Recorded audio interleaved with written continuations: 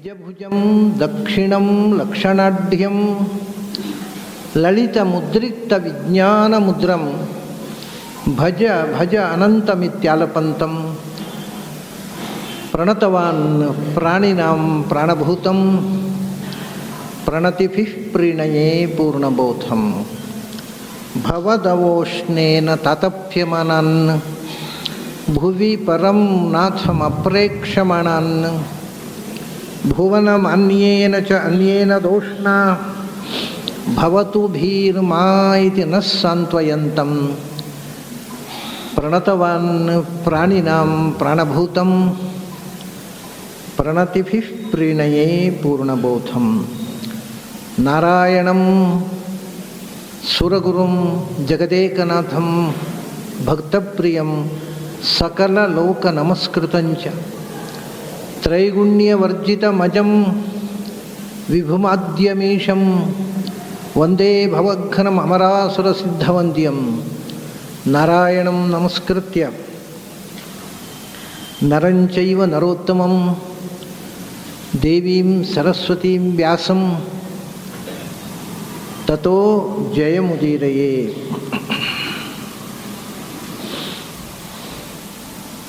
ಯಾಕೋ ಕ್ಯಾಸೆಟ್ಟುಗಳು ಜಾಸ್ತಿ ಆಗ್ತಾ ಇವೆ ಸ್ಟೇಜಿನ ಮೇಲೆ.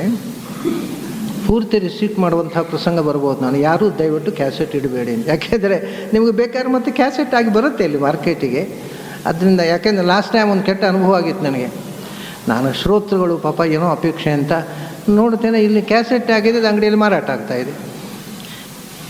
ಅದು ದುರುಪಯೋಗ ಆಗಬಾರ್ದು ಅನ್ನೋದಕ್ಕೋಸ್ಕರ, ಕೇಳೋದಕ್ಕೋಸ್ಕರ ಅಂತಲ್ಲ. ಹಾಗಾಗಿ ಸಾಮಾನ್ಯವಾಗಿ ಯಾವುದೇ ಆರ್ಟಿಸ್ಟ್ಗಳು ಸಂಗೀತಗಾರರು ಕ್ಯಾಸೆಟನ್ನು ಮಾಡಲಿಕ್ಕೆ ಬಿಡೋದಿಲ್ಲ, ಯಾಕೆಂದರೆ ಅದು ದುರುಪಯೋಗ ಆಗುವಂತಹ ಒಂದು ಸಾಧ್ಯತೆ ಇರೋದರಿಂದ. ಹಾಗಾಗಿ ನೋಡೋಣ, ಇವತ್ತೇ ನಾನು ತೀರ್ಮಾನ ಹೇಳೋಲ್ಲ. ಆದರೆ ಕ್ಯಾಸೆಟ್ಗಳು ಹತ್ತಿರ ಬಂದ ಹಾಗೆ ಭಯ ಆಗ್ತಾ ಇದೆ ನನಗೆ ಅವು ನೋಡಿ. ದಿನದಿಂದ ದಿನಕ್ಕೆ ಅವು ಹೆಚ್ಚುತ್ತಾ ಇರುವುದು ನೋಡಿ. ನಿಜವಾಗಿ ರೆಕಾರ್ಡ್ ಮಾಡಿ ಅದನ್ನು ಮಾರ್ಕೆಟ್ ಮಾಡೋರು ಒಬ್ಬರು ಮಾಡ್ತಾ ಇದ್ದಾರೆ, ಮತ್ತು ಎಕ್ಸ್ಟ್ರಾ ಕ್ಯಾಸೆಟ್ಗಳ ಸಂಖ್ಯೆ ಬೆಳೀತಾ ಇದೆ. 14 ಅಧ್ಯಾಯಗಳನ್ನು ನಾವು ನಿನ್ನೆ 14 ಅಧ್ಯಾಯದ ತನಕ ಗೀತೆಯ ಸಂಕ್ಷಿಪ್ತವಾದಂಥ ಒಂದು ಅಧ್ಯಯನವನ್ನು ನಡೆಸಿದ್ದೇವೆ. 15ನೇ ಅಧ್ಯಾಯ ಸಮಸ್ತ ತತ್ವಶಾಸ್ತ್ರದ ಸಾರ, ಗೀತೆಯ ಸಾರ ಎಲ್ಲವೂ ಹೌದು ಅನ್ನೋದನ್ನು ಎಲ್ಲರೂ ಪ್ರಾಚೀನರೆಲ್ಲ ಒಪ್ಪಿಕೊಂಡಿರುವಂಥದ್ದು. ಹಾಗಾಗಿ ನಮ್ಮಲ್ಲಿ ಒಂದು ಸಂಪ್ರದಾಯ ಇತ್ತು, ಈಗಲೂ ಉಂಟು ಕೆಲವು ಕಡೆ. ಏನು ಅಂದರೆ, ಊಟಕ್ಕೆ ಕೂತ್ಕೊಳ್ಳುವಾಗ ಊಟಕ್ಕೆ ಅವರು ಬಡಿಸ್ತಾ ಇರ್ತಾರೆ. ನಾವಿನ್ನೂ ಊಟಕ್ಕೆ ಕೂತ್ಕೊಳ್ಳುವ ಮುಂಚೆ ಪೂರ್ತಿ ಪದಾರ್ಥ ಬಡಿಸೋ ತನಕ ಇದನ್ನು ಹೇಳ್ತಿದ್ದರು, ಊರ್ಧ್ವಮೂಲಮಥ ಶಾಖಂ. ಅದನ್ನು ಹೇಳಿ ಆಮೇಲೆ ಊಟಕ್ಕೆ ಕೂಡ್ತಿದ್ದರು. ಅದಕ್ಕೆ ಒಂದು ಇಡೀ ಶಾಸ್ತ್ರದ ಸಾರವನ್ನು ನಾವು ಊಟ ಮಾಡುವ ಮುಂಚೆ ಅನುಸಂಧಾನ ಮಾಡಿದಾಗ ಆಯಿತು ಅನ್ನೋದು ಒಂದು ಕಾರಣ. ಮತ್ತು ಇನ್ನೊಂದು ಕಾರಣ ಏನು ಅಂದರೆ, ಈ ಬೇಡವಾದ ಹಾಳು ಹರಟೆ ಬರುವುದೇ ಊಟದ ಎಲೆಯ ಮುಂದೆ. ಅದು ಆದಷ್ಟು ಕಮ್ಮಿ ಆಗಲಿ ಅಂತ 15 ಗೀತೆಯನ್ನು ಹೇಳ್ರಿ. ಬರೇ ಏನು ಅವರು ಹೀಗೆ ಇವರು ಹಾಗೆ, ಜಗತ್ತಿನ ಎಲ್ಲ ವ್ಯಾಖ್ಯಾನಗಳು ಊಟದ ಎಲೆ ಮುಂದೆ ನಡೆಯುತ್ತವೆ. ಅದಕ್ಕೆ ಅದನ್ನು ಆದಷ್ಟು ಕಮ್ಮಿ ಆಗಲಿ ಅನ್ನೋದಕ್ಕೋಸ್ಕರ ಕೂಡ 15ನೇ ಅಧ್ಯಾಯವನ್ನು ಊಟದ ಎಲೆ ಮುಂದೆ ಹೇಳ್ರಿ ಅಂತ ಹಿಂದಿನವರು ಹೇಳ್ತಿದ್ರು.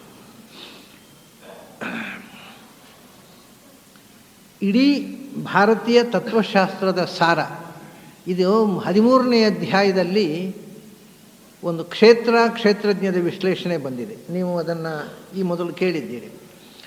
ಕ್ಷೇತ್ರ ಅಂದರೆ ಪ್ರಕೃತಿ ಮತ್ತು ಪ್ರಾಕೃತವಾದ ಪ್ರಪಂಚ. ಕ್ಷೇತ್ರಜ್ಞ ಅಂದರೆ ಈ ಪ್ರಕೃತಿ ಮತ್ತು ಪ್ರಾಕೃತ ಪ್ರಪಂಚದ ಒಳಗಿರತಕ್ಕ ಭಗವಂತ.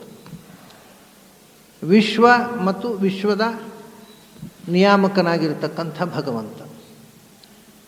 ಆ ವಿಷಯವನ್ನೇ 13ನೇ ಅಧ್ಯಾಯದಲ್ಲಿ ಬಂದ ವಿಷಯವನ್ನೇ ಸ್ವಲ್ಪ ವಿಸ್ತರಿಸಿ ಇನ್ನೂ ಹೆಚ್ಚು ಸ್ಪಷ್ಟವಾಗಿ ಅಥವಾ ಇನ್ನೂ ಒಂದು ಮುಖದಿಂದ ಅದನ್ನು ನಮ್ಮ ಮುಂದೆ ಇಡತಕ್ಕಂಥದ್ದು. ಇದರಲ್ಲಿ ಹೇಳತಕ್ಕ ವಿಷಯ ಪ್ರಕೃತಿ ಮತ್ತು ಪ್ರಾಕೃತ ವಿಶ್ವ, ಆ ವಿಶ್ವವನ್ನು ದಾಟುವ ಬಗೆ, ಮತ್ತು ಕೊನೆಯದಾಗಿ ಇಡೀ ತತ್ವಜ್ಞಾನದ ಕ್ರೀಮ್ ಸಂಗ್ರಹ, ವಿಜ್ಞಾನ, ನಾವು ತಿಳ್ಕೊಳ್ಳಬೇಕಾದಂಥ ವಿಶಿಷ್ಟವಾದ ಅರಿವಿನ ಸಂದೇಶ, ಇದನ್ನು ಈ 15ನೇ ಅಧ್ಯಾಯ ಹೇಳುತ್ತೆ. ಅದು ಇಡೀ ವಿಶ್ವದ ಒಂದು ಚಿತ್ರ ಕೊಡುತ್ತೆ. ಇಡೀ ವಿಶ್ವ ಮುಂದೆ ಇದಲ್ಲೇ ಅದನ್ನು 3 ವಿಭಾಗ ಹೇಳ್ತಾರೆ ನೋಡಿ: ಕ್ಷರ, ಅಕ್ಷರ, ಪುರುಷೋತ್ತಮ ಅಂತ. ಕ್ಷರ ಅಂತಂದರೆ ಎಲ್ಲ ಜೀವರು ಒಟ್ಟಿಗೆ, ಸಮಸ್ತ ಜೀವರಾಶಿ, ಬರೀ ಜೀವ ಅಲ್ಲ, ಜಡದಿಂದ ಕೂಡಿರುವ ಜೀವ, ಅದನ್ನು ಕ್ಷರ ಅಂತ ಕರೆದು. ಯಾಕೆಂದರೆ ಬರೇ ಜೀವ ಕ್ಷರ ಅಲ್ಲ. ಕ್ಷರ ಅಂದರೆ ಕ್ಷರಣ, ನಾಶವಾಗುವಂಥದ್ದು. ನಾವು ನಾಶವಾಗೋದು ಅಂದರೆ ನಮ್ಮ ದೇಹ ನಾಶ ಆಗುತ್ತಾನೆ. ಅದರಿಂದ ಈ ಜಡ ಪ್ರಪಂಚದ ಮಧ್ಯದಲ್ಲಿ ಸಿಕ್ಕಿ ಹಾಕಿಕೊಂಡಿರುವ ಜೀವ, ಅವನು ಕ್ಷರ. ಈ ಇಡೀ ಕ್ಷರ ಅಂದರೆ ಚೇತನಾತ್ಮಕವಾದ ವಿಶ್ವ ಅಂತ ಆಯಿತು ಕ್ಷರ ಅಂದರೆ. ಅದರಿಂದ ಆಚೆಗೆ ಇರತಕ್ಕವಳು, ನಿನ್ನೆ ನೋಡಿದೆವು ನಾವು, ಕೊನೆಗೆ ಬಂತು ಬ್ರಹ್ಮ ಶಬ್ದದಿಂದ ಚಿತ್ ಪ್ರಕೃತಿ, ತಾಯಿ ಲಕ್ಷ್ಮಿ, ಅವಳೇ ಅಕ್ಷರಳು. ಇಲ್ಲಿ ಅಲ್ಲಿ ಬ್ರಹ್ಮ ಶಬ್ದ ಬಂತು.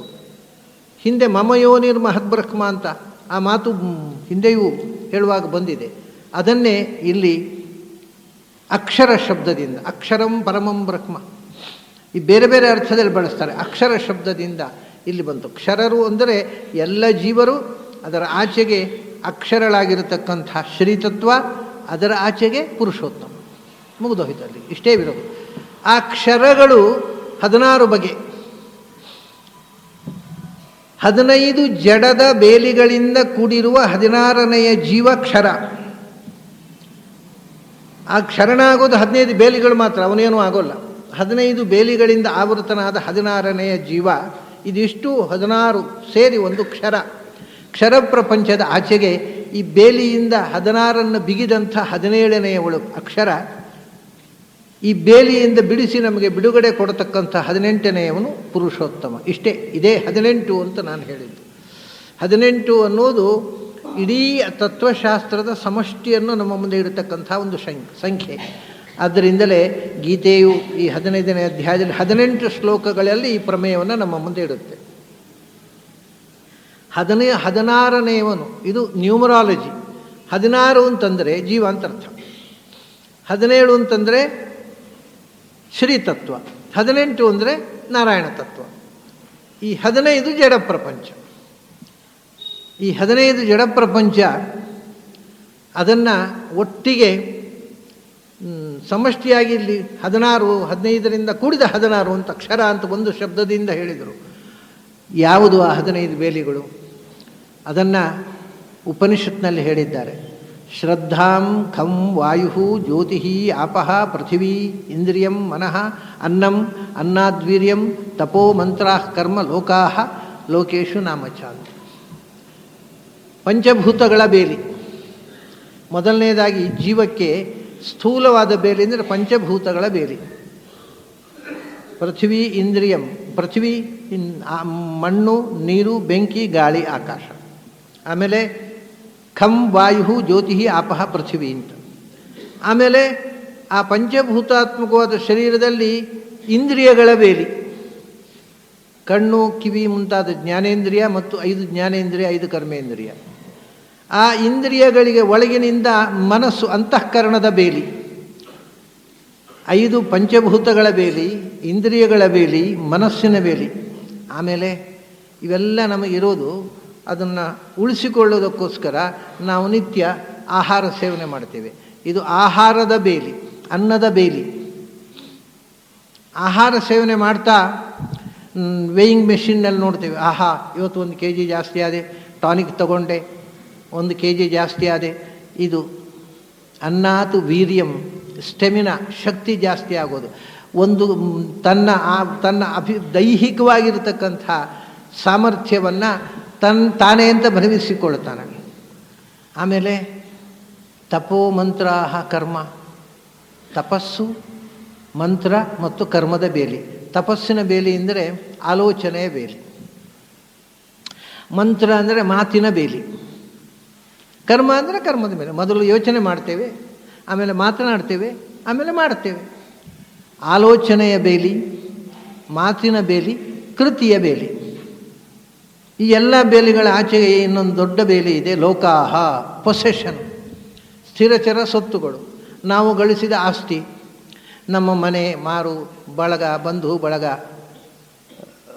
ಎಲ್ಲ, ನಮ್ಮ ಬ್ಯಾಂಕ್ ಬ್ಯಾಲೆನ್ಸು, ಇವೆಲ್ಲ ಲೋಕ ಪೊಸೆಷನ್, ಪ್ರಪಂಚದ ಜೊತೆಗೆ ನಾವು ನಮ್ಮದು ಅಂತ ತಿಳ್ಕೊಂಡು ಗಳಿಸಿದಂಥ ಸ್ವತ್ತುಗಳು. ಆಮೇಲೆ ಇದೆಲ್ಲ ಬೇಲಿಗಳು, 14 ಬೇಲಿಗಳಲ್ಲಿ 15ನೇ ಬೇಲಿ ನಾಮ, ನೇಮ್ ಆ್ಯಂಡ್ ಫೇಮ್. ಇವೆಲ್ಲ ಆತ್ಮಕ್ಕೆ ಸುತ್ತುಕೊಂಡಿರತಕ್ಕಂಥ ಬೇಲಿಗಳು. ನೇಮ್ ಆ್ಯಂಡ್ ಫೇಮ್, ನಾಮ ಅಂತಂದರೆ ಎರಡೂ ಹೌದು. ಇಂಗ್ಲೀಷ್ನಲ್ಲಿ ನಾವು ಅದನ್ನು 2 ಶಬ್ದದಲ್ಲಿ ಹೇಳಬೇಕು. ಸಂಸ್ಕೃತದಲ್ಲಿ ನಾಮ ಅಂದರೆ ಹೆಸರು ಹೌದು, ಪ್ರಸಿದ್ಧಿಯೂ ಹೌದು. ಕನ್ನಡದಲ್ಲಿಯೂ ಕೂಡ ನೋಡಿ, ಅವನ ಹೆಸರು ಇದು, ಅಲ್ಲಿ ನೇಮ್, ಅವನು ಹೆಸರುವಾಸಿ, ಹೆಸರಾಂತವನು, ಫೇಮಸ್ ಅಂತ ಅರ್ಥ. ಹಾಗಾಗಿ ಹೆಸರು ಅನ್ನೋದಕ್ಕೆ ಒಂದು ಫೇಮ್ ಅಂತ ಅರ್ಥ, ಒಂದು ನೇಮ್ ಅಂತ ಅರ್ಥ. ಕನ್ನಡದಲ್ಲಿಯೂ ಹಾಗೆ, ಸಂಸ್ಕೃತದಲ್ಲಿಯೂ ಹಾಗೆ. ಇವು ಬೇಲಿಗಳು ಅಂತ. ಹೆಸರಿನ ಬೇಲಿ ಮತ್ತು ಕೀರ್ತಿಯ ಬೇಲಿ, ಯಶಸ್ಸಿನ ಬೇಲಿ. ನಾಮದ ಬೇಲಿ ಅದು ಬಹಳ ಭಯಂಕರ. ನಾಮದ ಬೇಲಿ ಮಾತ್ರ ಭಾರಿ ಭಯಂಕರ. ಯಾಕೆಂದರೆ ನಮಗೆ ಹೆಸರು ಬಹಳ ಮುಖ್ಯವಾಗತ್ತೆ. ಮತ್ತು ಹೆಸರಿನ ಜೊತೆಗೆ ನಾವು ಗಳಿಸಿರತಕ್ಕಂಥ ಪ್ರಶಸ್ತಿಗಳು, ಟೈಟ್ಲ್ಗಳು, ಕ್ವಾಲಿಫಿಕೇಷನ್ಸು ಅದೆಲ್ಲ ಬಹಳ ಮುಖ್ಯವಾಗುತ್ತೆ. ಬಹಳ ಜನರ ಲೆಟ್ರ್ ಹೆಡ್ನಲ್ಲಿ ನೋಡಿ, ಅವರು ಈಗ ಏನಾಗಿದ್ದಾರೆ ಅಂತಲ್ಲ, ಅದು ಸಾಕಾಗೋದಿಲ್ಲ ಟೈಟ್ಲು. ರಿಟೈರ್ಡ್ ಎಕ್ಸ್ MLA ಅದು ಒಂದು ಟೈಟ್ಲು.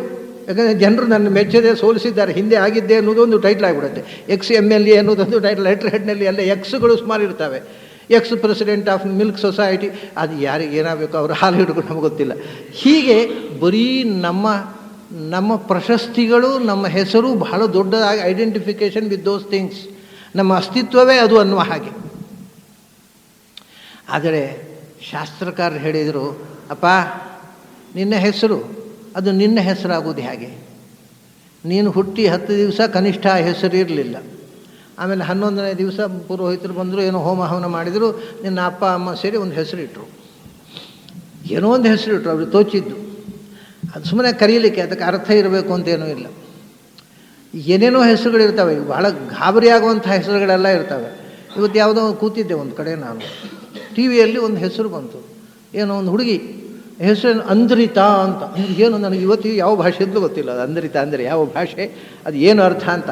ಅಪ್ಪನಿಗೇನೋ ಹೊಸ ಶಬ್ದ ಅಂದ್ಕೊಂಡಿದ್ದೆ, ಹೆಸರು ಇಟ್ಟುಬಿಟ್ಟ. ಪಾಪ ಹುಡುಗಿಗೂ ಅರ್ಥ ಗೊತ್ತಿಲ್ಲ. ಅದ್ರ ಅಂದ್ರಿತಾ ಅಂದರೆ ಏನು ಮಗ ಅಂದರೆ ನನ್ನ ಅಪ್ಪ ಇಟ್ಟ ಹೆಸರು ಅನ್ನತ್ತೆ, ಅದು ಅಷ್ಟೇ. ಏನು ಕೇಳಿ ಅರ್ಥ ಗೊತ್ತಿಲ್ಲ. ಅರ್ಥಶೂನ್ಯವಾದ ಹೆಸರುಗಳು ಅಂತೂ ಅದ್ರ ಜೊತೆ ಐಡೆಂಟಿಫಿಕೇಷನ್. ಯಾರಾದರೂ ಅದನ್ನು ಟೀಕೆ ಮಾಡಿದ್ರೆ ಬೇಜಾರಾಗುತ್ತೆ ನಮಗೆ, ನಮ್ಮ ಹೆಸರನ್ನು ಕ್ರಿಟಿಸೈಸ್ ಮಾಡಿದರೆ. ಅದು ಹೇಳ್ತಾರೆ, ಅದು ನಿನ್ನ ಹೆಸರಾಗೋದು ಹೇಗಯ್ಯ? ನೀನು ಹುಟ್ಟಿ 10 ದಿವಸದ ಮೇಲೆ, ಮಿನಿಮಮ್ 10 ದಿವಸದ ಮೇಲೆ ಆ ಹೆಸರು ಬಂದದ್ದು. ಅಲ್ಲಿ ತನಕ ಆ ಹೆಸರು ನಿನ್ನದಾಗಿರಲಿಲ್ಲ. ಆಮೇಲೆ ಒಂದು ದಿವಸ ನೀನು ಕಣ್ಮುಚ್ಚಿತೀಯ, ಆಮೇಲೂ ನಿನ್ನ ಹೆಸರಲ್ಲ ಅದು. ಹಾಗಾದರೆ ಈ ದೇಹ ರೂಪುಗೊಂಡು, ಅದು ದೇಹ ನಮ್ಮ ತಾಯಿಯ ಹೊಟ್ಟೆ ಒಳಗೆ ರೂಪುಗೊಂಡಿದೆ. ಭೂಮಿಗೆ ಬಿದ್ದು 10 ದಿವಸದ ಮೇಲೆ ಈ ದೇಹಕ್ಕೆ ಬಂದ ಹೆಸರು. ಈ ದೇಹ ಹೋದ ಮೇಲೆ ಆ ಹೆಸರಿನಿಂದ ಯಾರೂ ಕರೆಯೋಲ್ಲ, ಆ ಜೀವ ಹೋಯಿತು ಅಂತ. ಹಾಗಾದರೆ ದೇಹದ ಹೆಸರು ಅದು ನನ್ನ ಹೆಸರು ನನ್ನ ಹೆಸರು ನನ್ನ ಹೆಸರು ಅಂತ ನಾವು ಐಡೆಂಟಿಫೈ ಮಾಡ್ಕೊಂಡು ಬರ್ತೇವೆ. ಹೀಗೆ ಪ್ರತಿಯೊಂದು ಎಕ್ಸ್ಟರ್ನಲ್ ಭೌತಿಕವಾದ ಜಡ ಪ್ರಪಂಚಕ್ಕೆ ಸಂಬಂಧಪಟ್ಟ ಬೇಲಿಗಳನ್ನು ನಮ್ಮದು ಅಂತ ಭ್ರಮಿಸಿಕೊಂಡು ನಾವು ಅಂಟಿಸಿಕೊಳ್ಳುತ್ತೇವಲ್ಲ, ಆಗ ಅದು ನಮಗೆ ಬೇಲಿಯಾಗಿಬಿಡುತ್ತೆ. ಇವು 15 ಬೇಲಿಗಳು. ಕೊನೆಯದೊಂದು, ಈ ನಾನು ಹೇಳಿದ್ದು 15 ಆಗಲಿಲ್ಲ ನೋಡಿ, ಪಂಚಭೂತಗಳು, ಭೂ ಖಂ ವಾಯುರ್ ಜ್ಯೋತಿರಾಪ ಪೃಥಿವಿ, ಇಂದ್ರಿಯಗಳ ಬೇಲಿ, ಮನಸ್ಸಿನ ಬೇಲಿ, ಅನ್ನದ ಬೇಲಿ, ವೀರ್ಯದ ಬೇಲಿ, ತಪಸ್ಸು, ಮಂತ್ರ, ಕರ್ಮ, ಲೋಕ, ನಾಮ. 14 ಬೇಲಿಗಳಾದವು. 15ನೇ ಬೇಲಿ ಯಾವುದು ಗೊತ್ತುಂಟ? ಅದು ಬಹಳ ಪರಿಣಾಮಕಾರಿಯಾದ, ನಮ್ಮ ವ್ಯಕ್ತಿತ್ವದ ಇಡೀ ಅಸ್ತಿತ್ವವನ್ನು ತೀರ್ಮಾನ ಮಾಡತಕ್ಕಂಥ ಬೇಲಿ, ಶ್ರದ್ಧೆಯ ಬೇಲಿ, ಬಿಲೀಫ್, ನಂಬಿಕೆಯ ಬೇಲಿ. ನಾವು ಏನನ್ನು ನಂಬುತ್ತೇವೋ ಅದು ನಮ್ಮ ಪಾಲಿಗೆ ಸತ್ಯ. ಯಾವುದು ಇದೆಯೋ ಅದಲ್ಲ. ನಾವು ಪ್ರಪಂಚವನ್ನು ನಾವು ಹೇಗೆ ತಿಳ್ಕೊಳ್ತೇವೋ ನಮ್ಮ ಪಾಲಿಗೆ ಅದು ಹಾಗೆ. ಇವಾಗ ಕೆಲವರು ಹೇಳ್ತಾರೆ, ಅವರದ್ದು ಏನಂದರೆ ಜಗತ್ತು ಸುಳ್ಳು, ಅವರ ಪಾಲಿಗೆ ಜಗತ್ತಿಲ್ಲ. ಜಗತ್ತು ಸತ್ಯ, ಸತ್ಯ ಅನ್ನೋರ ಪಾಲಿಗೆ ಜಗತ್ತಿದೆ. ಹಾಗಾದರೆ ಯಾವುದು ಸತ್ಯ ಎರಡರಲ್ಲಿ? ಅದು ಬೇರೆ ವಿಷಯ. ನಾವು ಏನನ್ನು ನಂಬಿದೆವೋ ಅದು ನಮ್ಮ ಸತ್ಯ. ನಾನು ಜಗತ್ತು ಸುಳ್ಳು ಅಂತ ನಂಬಿದರೆ ಹಾಗೆ ಕಾಣೋದು, ಪ್ರತಿಯೊಂದು ಸುಳ್ಳು ಅಂತಲೇ ಕಾಣೋದು. ನಮ್ಮ ನಂಬಿಕೆಯಂತೆ ನಾವು ವಿಶ್ವವನ್ನು ನೋಡ್ತೇವೆ ಮತ್ತು ನಮ್ಮ ಲಾಜಿಕ್ಕು ಕೂಡ ನಮ್ಮ ನಂಬಿಕೆಯಂತೆ ಲಾಜಿಕ್ ಹುಟ್ಟಿಕೊಳ್ಳುತ್ತೆ. Our logic is a product of our belief. If our belief is wrong, our logic is also wrong.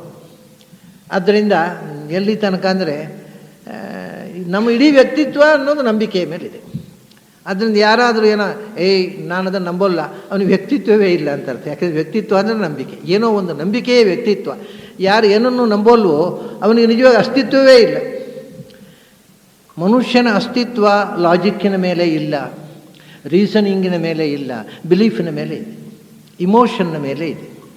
ನಾವು ನಂಬಿದ್ದು ನಮಗೆ ಸತ್ಯ, ಅದು ಸತ್ಯ ಆಗಿರಬೇಕಾಗಿಲ್ಲ, ನಮ್ಮ ನಂಬಿಕೆಗೆ ಅದು ಸತ್ಯ. ನಾವು ಏನನ್ನು ನಂಬುತ್ತೇವೋ ಹಾಗೆ ವಿಶ್ವವನ್ನು ನೋಡುತ್ತೇವೆ. ಧರ್ಮರಾಜನಿಗೆ ಪ್ರಪಂಚದಲ್ಲಿ ಯಾರನ್ನು ನೋಡಿದರೂ ಕೆಟ್ಟವರು ಅಂತ ಅನ್ನಿಸ್ತಿರಲಿಲ್ಲ. ಅವನು ಹೇಳೋದು ಎಲ್ಲರೂ ಒಳ್ಳೆಯವರೇ, ಕೆಟ್ಟವರು ಯಾರೂ ಇಲ್ಲ ಈ ಜಗತ್ತಿನಲ್ಲಿ. ಅವನ ಹೆಸರೇ ಅಜಾತ ಶತ್ರು ಅಂತ. ಯಾಕೆಂದರೆ ಅವನಲ್ಲಿ ಕೆಟ್ಟತನ ಇರಲಿಲ್ಲ, ಅವನ ನಂಬಿಕೆಯವರು. ಅದನ್ನು ಕೆಟ್ಟವರು ಯಾರೂ ಇಲ್ಲ ಅಂತ. ದುರ್ಯೋಧನಿಗೆ ಒಬ್ಬನೇ ಒಬ್ಬ ಒಳ್ಳೆಯವ ಸಿಗಲಿಲ್ಲ ಪ್ರಪಂಚದಲ್ಲಿ. ಯಾಕೆಂದರೆ ಅವನ ಒಳಗೆ ಇದ್ದದ್ದು ದೌಷ್ಟ್ಯ.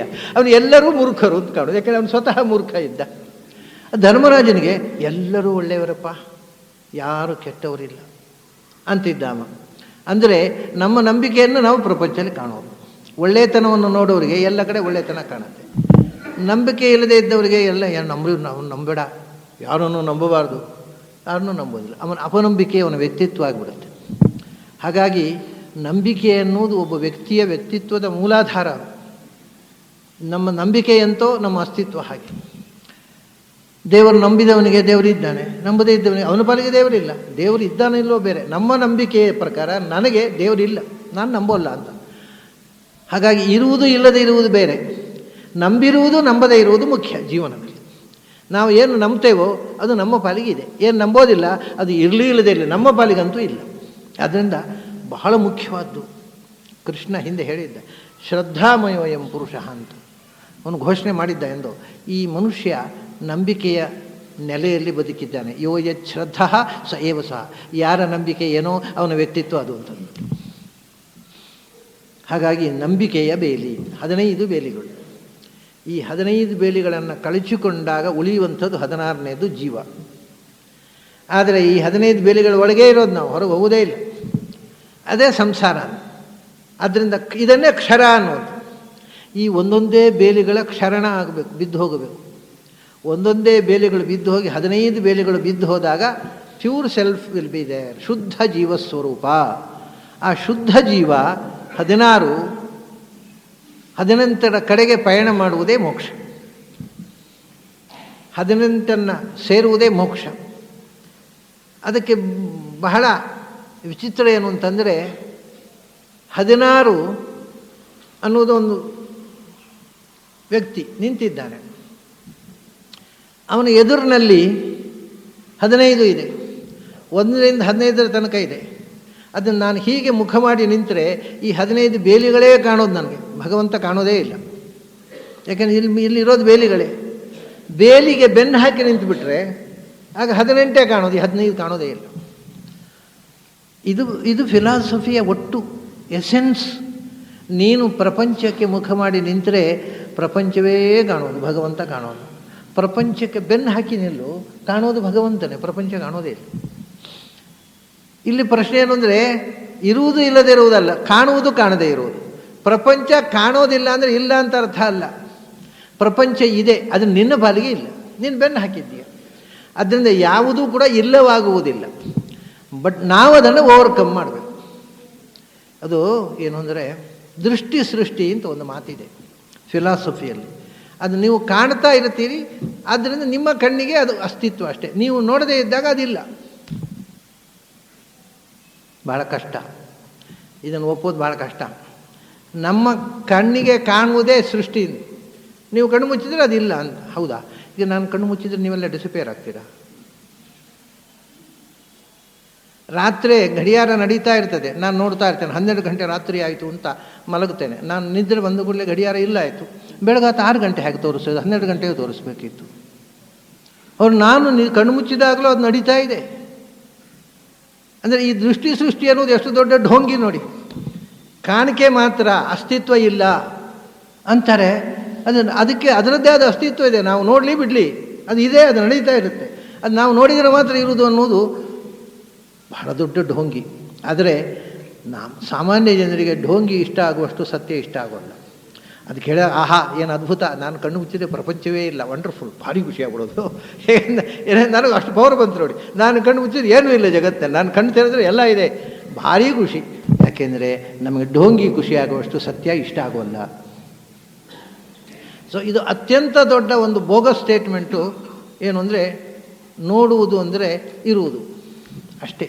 ನಾವು ನೋಡಿದರೆ ಉಂಟು, ಇಲ್ಲ ಅಂದರೆ ಇಲ್ಲ. ದೃಷ್ಟಿ ಸೃಷ್ಟಿ, ಅದಕ್ಕೆ ಅದಲ್ಲ. ಇದು ಸರಿ, ಏನು ದೃಷ್ಟಿ ಸೃಷ್ಟಿ ಅಲ್ಲ. ನೀನು ಏನನ್ನು ನಂಬುತ್ತೀಯೋ ಹಾಗೆ ನಿನಗೆ ಕಾಣುತ್ತೆ ಅಷ್ಟೇ. ಆದರೆ ನಾನು ಕಂಡಾಗ ಇರುವುದು ಕಣ್ಮುಚ್ಚಿದಾಗ ಎಲ್ಲ ಆಗುವುದಿಲ್ಲ ಯಾವುದೂ ಕೂಡ. ಆದ್ದರಿಂದ ವಿಶ್ವ ಅಂದರೆ ಏನು ಅಂತ ನಾವು ತಿಳ್ಕೊಬೇಕು. ಅದು ಉಂಟು ಅಂತಾಯಿತು.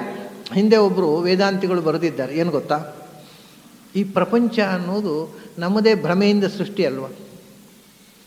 ಈಗ ಅಲ್ಲಿ ಹಾವಿಲ್ಲ, ದೂರದಲ್ಲಿ ಏನೋ ಹಗ್ಗದ ತುಂಡು ಬಿದ್ದಿತ್ತು, ಹಾವು ಅಂತ ನನಗೆ ಭ್ರಮೆ ಬಂತು. ಹಾವು ಇಲ್ಲ ಅಲ್ಲಿ.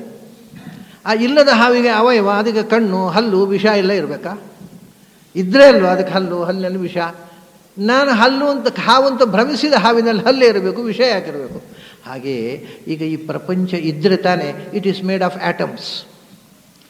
ಆ್ಯಟಮ್ಗಳಿಂದ ಒಂದು ಕಣ ಸೃಷ್ಟಿ ಆಯಿತು, ಕಣದಿಂದ ಭೂಮಂಡಲ, ಇಡೀ ಭೂಮಿ ಪರಮಾಣುಗಳಿಂದ. ಅದು ಇದ್ದರೆ ತಾನೆ. ನಾನು ಕಾಣುವುದು ಮಾತ್ರ ಇಲ್ಲ, ಮತ್ತು ಪರಮಾಣು ಯಾಕೆ ಬೇಕು? ಪರಮಾಣು ಸದ್ಭಾವೇ ಪ್ರಮಾಣಾಭಾವಾತ್ ಅಂತ ದೊಡ್ಡ ವೇದಾಂತಿಗಳೊಬ್ಬರು ಹಿಂದೆ ಹೇಳಿದ ಮಾತು. ಪ್ರಪಂಚ ಭ್ರಮೆಯಿಂದ ಸೃಷ್ಟಿಯಾದದ್ದರಿಂದ ಪರಮಾಣುವಿನ ಅಸ್ತಿತ್ವಕ್ಕೆ ಅರ್ಥ ಇಲ್ಲ, ಅದರಿಂದ ಪರಮಾಣು ಇಲ್ಲ ಅಂತ ಹಿರೋಶಿಮಾದವ್ರ ಹತ್ರ ಕೇಳಬೇಕು, ಪರಮಾಣು ಉಂಟೋ ಇಲ್ವೋ ಅಂತ. ನಾಗಸಾಕಿ ಹಿರೋಶಿಮಾದವ್ರ ಹತ್ರ ಕೇಳಬೇಕು, ಉಂಟಾ ಇಲ್ವೋಪ್ಪ ಅಂತ. ಆದರೆ ವೇದಾಂತ ಇಲ್ಲ ಅಂತ ಹೇಳ್ತದೆ ಒಂದು ವೇದಾಂತ. ಅದೇ ಇಲ್ಲದ ಪರಮಾಣುವಿನಿಂದ ಸ್ಫೋಟ ಮಾಡಿ ಲಕ್ಷ ಲಕ್ಷ ಜನರನ್ನು ಕೊಲ್ಲಿಕ್ಕೆ ಬರುತ್ತೆ, ಅದೂ ಇಲ್ಲ ಅಂತ ಹೇಳ್ಬೇಕಷ್ಟೇ. ಇಲ್ಲಪ್ಪ, ನಾಗಸಾಕಿ ಹಿರೋಶಿಮಾ ಅಂತ ಅನ್ನುವುದೂ ಇಲ್ಲ, ಅಲ್ಲಿ ಲಕ್ಷಾಂತರ ಜನ ಸತ್ತದ್ದೂ ಇಲ್ಲ, ಎಲ್ಲ ನಿಮ್ಮ ಕನಸು. ಹಾಗೆ ಹೇಳಿದರೆ ಸಂತೋಷ. ಅದರಿಂದ ನಾವು ಯಾವತ್ತೂ ಸತ್ಯವನ್ನು ಅಪಲಾಪ ಮಾಡಲಿಕ್ಕೆ ಬರುವುದಿಲ್ಲ. We must accept the reality of the universe. ದೇವರು ಮಾತ್ರ ಸತ್ಯ ಅಲ್ಲ, ದೇವರು ಸೃಷ್ಟಿ ಮಾಡಿದ ಪ್ರಪಂಚವೂ ಸತ್ಯ. ಅದು ನಮ್ಮದೇ ಭ್ರಮೆ ಆದ ದೇವರು ಯಾಕಬೇಕು? ನಾವು ಪ್ರಪಂಚವನ್ನು ಭ್ರಮೆಯಿಂದ ಸೃಷ್ಟಿ ಮಾಡಿದೆವು, ದೇವರು ಯಾಕಬೇಕು ರೀ? ಹಾಗಾದರೆ ನಾವು ಭ್ರಮೆಯಿಂದ ಪ್ರಪಂಚವನ್ನು ಸೃಷ್ಟಿ ಮಾಡಿದೆವು, ನಮ್ಮದೇ ಭ್ರಮೆಯಿಂದ ದೇವರನ್ನು ಸೃಷ್ಟಿ ಮಾಡಿದೆವು, ಎರಡೂ ಇಲ್ಲ. ಸುಲಭ, ಭಾಳ ಸುಲಭ. ಒಂದನ್ನು ಮಾತ್ರ ಇಲ್ಲ ಅಂತ ಯಾಕೆ ಹೇಳ್ತೀರಿ? ನಮ್ಮದೇ ಭ್ರಮೆ ಅಲ್ವಾ ದೇವರಿದ್ದಾನೆ ಅನ್ನೋದು. ಹಾಗಾಗಿ ದೇವರು ನಮ್ಮ ಭ್ರಮೆ, ಪ್ರಪಂಚವು ನಮ್ಮ ಭ್ರಮೆ, ಯಾವುದೂ ಇಲ್ಲ, ಇರೋದು ನಾನು ಮಾತ್ರ. ಅಂದರೆ ಈಗೋ ಅದು ಮಾತ್ರ ಉಳಿಯಿತು, ಅದೆಲ್ಲ ಹೋಯಿತು. ಹಾಗಾಗಿ ಕೃಷ್ಣ ಇಲ್ಲಿ ಪ್ರಪಂಚ ಅಂದರೆ ಏನು ಅಂತ ನಮ್ಮ ಮುಂದೆ ತಿಳಿ ಹೇಳ್ತಾನೆ. ಅದು ಇಲ್ಲದೇ ಇರ್ತಿದ್ರೆ ಅವನು ಹೇಳ್ತಿರಲಿಲ್ಲ. ಅವನು ಹೇಳ್ತಾನೆ, ಊರ್ಧ್ವಮೂಲ, ಇದು ಉಪನಿಷತ್ತು, ಊರ್ಧ್ವಮೂಲ ಅವಾಕ್ ಶಾಖಃ ಯಶೋ ಅಶ್ವತ್ಥ ಸನಾತನಃ ಅಂತ ಕಠೋಪನಿಷತ್ತು. ಅದನ್ನೇ ಕೃಷ್ಣ ಊರ್ಧ್ವಮೂಲಂ ಅಧಃಶಾಖಂ ಅಶ್ವತ್ಥಂ ಪ್ರಾಹುರವ್ಯಯಂ ಛಂದಾಂಸಿ ಯಸ್ಯ ವರ್ಣಾನಿ ಯಸ್ತಂ ವೇದ ಸವೇದವಿತ್. ಎಷ್ಟು ಅದ್ಭುತ ಅಂದರೆ, ಯಾರು ಈ ವಿಶ್ವವನ್ನು ತಿಳಿದನೋ ಅವನು ವೇದವನ್ನು ತಿಳಿದವ ಅಂದ. ಅಲ್ಲಿ ಇಲ್ಲದೇ ಇದ್ದದ್ದನ್ನು ತಿಳಿಯೋದು ಹೇಗೆ ಸ್ವಾಮಿ? ಉಂಟು, ಅದನ್ನು ತಿಳಿ. ಏನು ವಿಶ್ವ ಅಂದರೆ? ಎಷ್ಟು ಬ್ಯೂಟಿಫುಲ್ ನೋಡಿ. ಅವನು ಹೇಳ್ತಾನೆ, ಇದು ಅಶ್ವತ್ಥ, ಇದೊಂದು ಅಶ್ವತ್ಥದ ಮರ. ಏನು ಅಶ್ವತ್ಥ? ಎಲ್ಲ ಅಶ್ವತ್ಥ ಮರಗಳನ್ನು ನೀವು ನೋಡಿದ್ದೀರಲ್ವ, ಅದಕ್ಕೆ ಬೇರು, ರೂಟ್ ಕೆಳಗಿರುತ್ತೆ, ಬ್ರಾಂಚಸ್ ಮೇಲೆ ಇರುತ್ತೆ. ಇದು ಕೆಳಗೆ ಬ್ರಾಂಚಸ್ಸು, ಮೇಲೆ ರೂಟ್ ಇರತಕ್ಕಂಥ ಅಶ್ವತ್ಥ ಮರ. ಓಹೋ, ಶೀರ್ಷಾಸನ ಮಾಡುವ ಅಶ್ವತ್ಥ ಮರ. ಇದು ಯಾವುದಪ್ಪ? ನಾವು ಅಶ್ವತ್ಥ ಮರ ಯಾವಾಗ ಶೀರ್ಷಾಸನ ಮಾಡಲಿಕ್ಕೆ ಕಲಿತದ್ದು? ಯಾವ ಯೋಗಾಚಾರ್ಯರ ಹತ್ರ ಹೋಗಿ? ಊರ್ಧ್ವಮೂಲಂ, ಅದು ರೂಟ್ ಮೇಲೆ ಇದೆ, ಕೆಳಗೆ ಬ್ರಾಂಚಸ್ ಇದೆ. ಒಬ್ಬರು ಈ ಮಾತನ್ನು ಕೋಟ್ ಮಾಡಿ ಹೇಳಿದರು ನನ್ನ ಹತ್ರ. ಅವರು ಎಲ್ಲ ಭಗವದ್ಗೀತೆ ಬಗ್ಗೆ ತುಂಬ ಲೆಕ್ಚರ್ ಹೊಡೆದವರು. ಅವ್ರು ಬಂದು ಹೇಳ್ತಾರೆ, ಎಲ್ಲ ಗೀತೆ ಅರ್ಥ ಆಯ್ತು ನನಗೆ, ಇದೊಂದು ಶ್ಲೋಕ ಅರ್ಥ ಆಗಲಿಲ್ಲ. ಅದು ಏನು ಅಶ್ವತ್ಥದ ಬೇರು ಮೇಲೆ ಇರುವುದು, ಟೊಂಗೆ ಎಳೆಯುವುದು ನನಗೆ ಅರ್ಥ ಆಗಲಿಲ್ಲ ರೀ. ಈ ಅರ್ಥ ಇದಲ್ಲ, ಅವರಿಗೆ ಯಾವ ಶ್ಲೋಕವೂ ಅರ್ಥ ಆಗಲಿಲ್ಲ ಅನ್ನೋದು ಗೊತ್ತಾಯ್ತು ನನಗೆ. ಆದರೆ ಅವರಿಗೆ ಎಲ್ಲ ಅರ್ಥ ಆಗಿದೆ, ಇದು ಒಂದು ಅರ್ಥ ಆಗಲಿಲ್ಲ ಅನ್ನೋ ಭ್ರಮೆ ಬಂದುಬಿಟ್ಟಿದೆ. ನಿಜವಾಗಿ ಯಾವ ಶ್ಲೋಕವೂ ಅರ್ಥ ಆಗಲಿಲ್ಲ ಅವರಿಗೆ. ಇದನ್ನು ನಾನು ಹೇಳಿದೆ, ಇದು ಬಹಳ ಸುಲಭ ಉಂಟು. ಬೇರೆ ಶ್ಲೋಕ ಅರ್ಥ ಮಾಡೋದು ಕಷ್ಟ, ಇದು ಭಾರಿ ಸುಲಭ ಉಂಟು. ಯಾಕ್ರಿ ಏನದು? ಹಾಗಂದರೆ ನೀವು ಹೋಗಿ ಕನ್ನಡಿ ಮುಂದೆ ನಿಂತು ನಿಮ್ಮನ್ನೇ ನೋಡಿಕೊಳ್ಳಿ, ಆವಾಗ ಅರ್ಥ ಆಗುತ್ತೆ. ಹೌದಲ್ಲ, ಬೇರೆ ಇರುವುದು ಇಲ್ಲಿ, ಟೊಂಗೆ ಇರುವುದು ಕೆಳಗೆ, ಕೈಕಾಲು. ನೀವೇ ಒಂದು ಅಶ್ವತ್ಥ ಅಲ್ರಿ, ನಿಮ್ಮ ಬೇರೆ ಇಲ್ಲಿದೆ, ರೂಟ್ ಇಲ್ಲಿದೆ, ನಿಮ್ಮ ರೇಖೆ ಟೊಂಗೆಗಳು ಕೆಳಗೆ ಅಧೋಮುಖವಾಗಿದೆ. ಹೌದಲ್ಲ, ಓಹೋ ನಾವೇನ ಹಾಗಾದರೆ ಅಶ್ವತ್ಥ ಅಂದರೆ? ಹೌದು, ನೀವೇ ಅಶ್ವತ್ಥ, ಹೋಗ್ರಿ. ಅಂದರೆ ಈ ಕೃಷ್ಣ ಹೇಳಿದ ಮಾತನ್ನು ಅಶ್ವತ್ಥ ಅಂತ ಹೇಳಿದ. ಈ ಬದುಕು ಅವನು ಪಿಂಡಾಂಡ ಮತ್ತು ಬ್ರಹ್ಮಾಂಡ ಎರಡೂ ಅಶ್ವತ್ಥ ಅಂದ. ಇಡೀ ಯೂನಿವರ್ಸು ಒಂದು ಅಶ್ವತ್ಥದ ಮರ. ಆ ಯೂನಿವರ್ಸ್ನ ಒಳಗಿರತಕ್ಕ ಒಂದೊಂದು ಜೀವವು ಒಂದೊಂದು ಶರೀರವು ಅಶ್ವತ್ಥದ ಮರ ಅಂತ. ಯಾಕಪ್ಪ ಅಶ್ವತ್ಥ ಅಲ್ಲ? ಹೇಳಿದ ಮೇಲೆ ಒಳ್ಳೆಯ ಮಾವಿನ ಮರ, ಕಸಿ ಮಾವಿನ ಮರ, ಸಪೋಟಾದ ಮರ, ಏನೋ ಅಶ್ವತ್ಥದಲ್ಲಿ ಅದನ್ನು ಕಟ್ಟಿಗೆ ಮಾಡಿ ಸುಡ್ಲಿಕ್ಕಾಗೋಲ್ಲ, ಅದರ ಹಣ್ಣು ತಿನ್ನಲಿಕ್ಕಾಗೋಲ್ಲ, ಅದನ್ನು ಮುಡ್ಕೊಳ್ಳೋಣ ಅಂದರೆ ಹೂ ಆಗೋಲ್ಲ, ಯಾತಕ್ಕೂ ಉಪಯೋಗ ಇಲ್ಲದ ಮರ. ಅದನ್ನು ಹೇಳಬೇಕಾ? ನಮಗೆ ಏನಾದ್ರು ಒಳ್ಳೆ ಮರ, ರುಚಿಕಟ್ಟಾದ ಹಲಸಿನ ಮರ ಅಂತ ಹೇಳಿ ಖುಷಿ ಆಗುತ್ತೆ ಸೌತ್ ಕೆನಡದವರಿಗೆ. ಆಮೇಲೆ ಮಾವಿನ ಮರ ಹೇಳಿ ಎಲ್ರಿಗೂ ಖುಷಿ ಆಗುತ್ತೆ. ಏನಾದರೂ ಒಂದು ಹಣ್ಣು ಹೇಳೋದು ಬಿಟ್ಟು ಹಣ್ಣು ಬಿಡದ ಮರ, ಹೂ ಬಿಡದ ಮರ, ಹೂವಿಲ್ಲ ಹಣ್ಣು ಇಲ್ಲ. ಆಮೇಲೆ ಆ ಮರದ ಎಷ್ಟು ಜಿಗುಟೋದು ಅಂತಂದರೆ ಅದನ್ನು ಕಟ್ಟಿಗೆ ಮಾಡಿ ಬೆಂಕಿ ಹಾಕಿದ್ರು ಅದನ್ನು ಯಜ್ಞದಲ್ಲಿ ಆಹುತಿ ಒಳ್ಳಿಗೆ ಸಮಿಧೆಗೆ ಮಾತ್ರ ಉಪಯೋಗ. ಇಲ್ಲ ಇನ್ನೇ ಮನೆ ಕಟ್ಟಲಿಕ್ಕೆ ಮರ ಉಪಯೋಗ, ಅದಕ್ಕೂ ಉಪಯೋಗ ಇಲ್ಲ. ಮತ್ತು ಅದರ ಬೇರು ಹೋಗಿ ಫರ್ಲಾಂಗ್ ದೂರ ಹೋಗಿ ಇದ್ದವರ ಮನೆ ಬೀಳಿಸ್ಲಿಕ್ಕೆ ಮಾತ್ರ ಉಪಯೋಗ ಬೀಳುತ್ತೆ. ಅದು ಅಡಿ ಯಾವ್ದು ಮನೆ ಕಟ್ಟಲಿಕ್ಕೆ ಉಪಯೋಗ ಬೀಳೋಲ್ಲ. ಅದನ್ನು ನೀವು ಹೇಳೋದ ಪ್ರಪಂಚ ಅಂತ. ಅಶ್ವತ್ಥ ಬಹಳ ರೋಚಕವಾದ ಶಬ್ದ. ಈ ಜಗತ್ತು ಮತ್ತು ಈ ಜೀವಜಾತ ಪಿಂಡಾಂಡ ಮತ್ತು ಬ್ರಹ್ಮಾಂಡ ಇದೊಂದು ಅಶ್ವತ್ಥ ಅಂದ ಕೃಷ್ಣ. ಅಶ್ವತ್ಥ ಅಂದರೆ ಏನು ಗೊತ್ತಾ? ಮೇಲುನೋಟದ ಅರ್ಥದಿಂದ ಒಂದೊಂದೇ ಎಳೆ ಎಳೆಯಾಗಿ ಒಳಕ್ಕೆ ಹೋಗೋಣ. ಬಹಳ ಸುಂದರವಾದಂಥ ಶಬ್ದ ಅದು. ಅಶ್ವತ್ಥ ಅಂದರೆ ನಮ್ಗೆ ಗೊತ್ತುಂಟಲ್ಲ, ಅಶ್ವತ್ಥ ಮರ, ಅರಳಿ ಮರ. ಅರಳಿ ಮರ ಯಾಕೆ ಅರಳಿ ಮರ ಅಂತ ಹೇಳಿದ ಗೊತ್ತಾ? ಅದೇ ಸ್ಥೂಲವಾದ ಅರ್ಥವನ್ನು ಇಟ್ಟುಕೊಳ್ಳೋಣ. ನೀವು ಅಬ್ಸರ್ವ್ ಮಾಡಬೇಕು. ನಾವು ಪ್ರಪಂಚವನ್ನು ಎಲ್ಲ ಮರಗಳನ್ನು ಅಬ್ಸರ್ವ್ ಮಾಡಿ. ಗಾಳಿಯ ಸುಳಿವೇ ಇಲ್ಲ, ಸ್ವಲ್ಪವೂ ಗಾಳಿ ಬೀಸ್ತಾ ಇಲ್ಲ. ಆವಾಗ ಎಲ್ಲ ಮರಗಳು ಸ್ತಬ್ಧವಾಗಿರ್ತವೆ.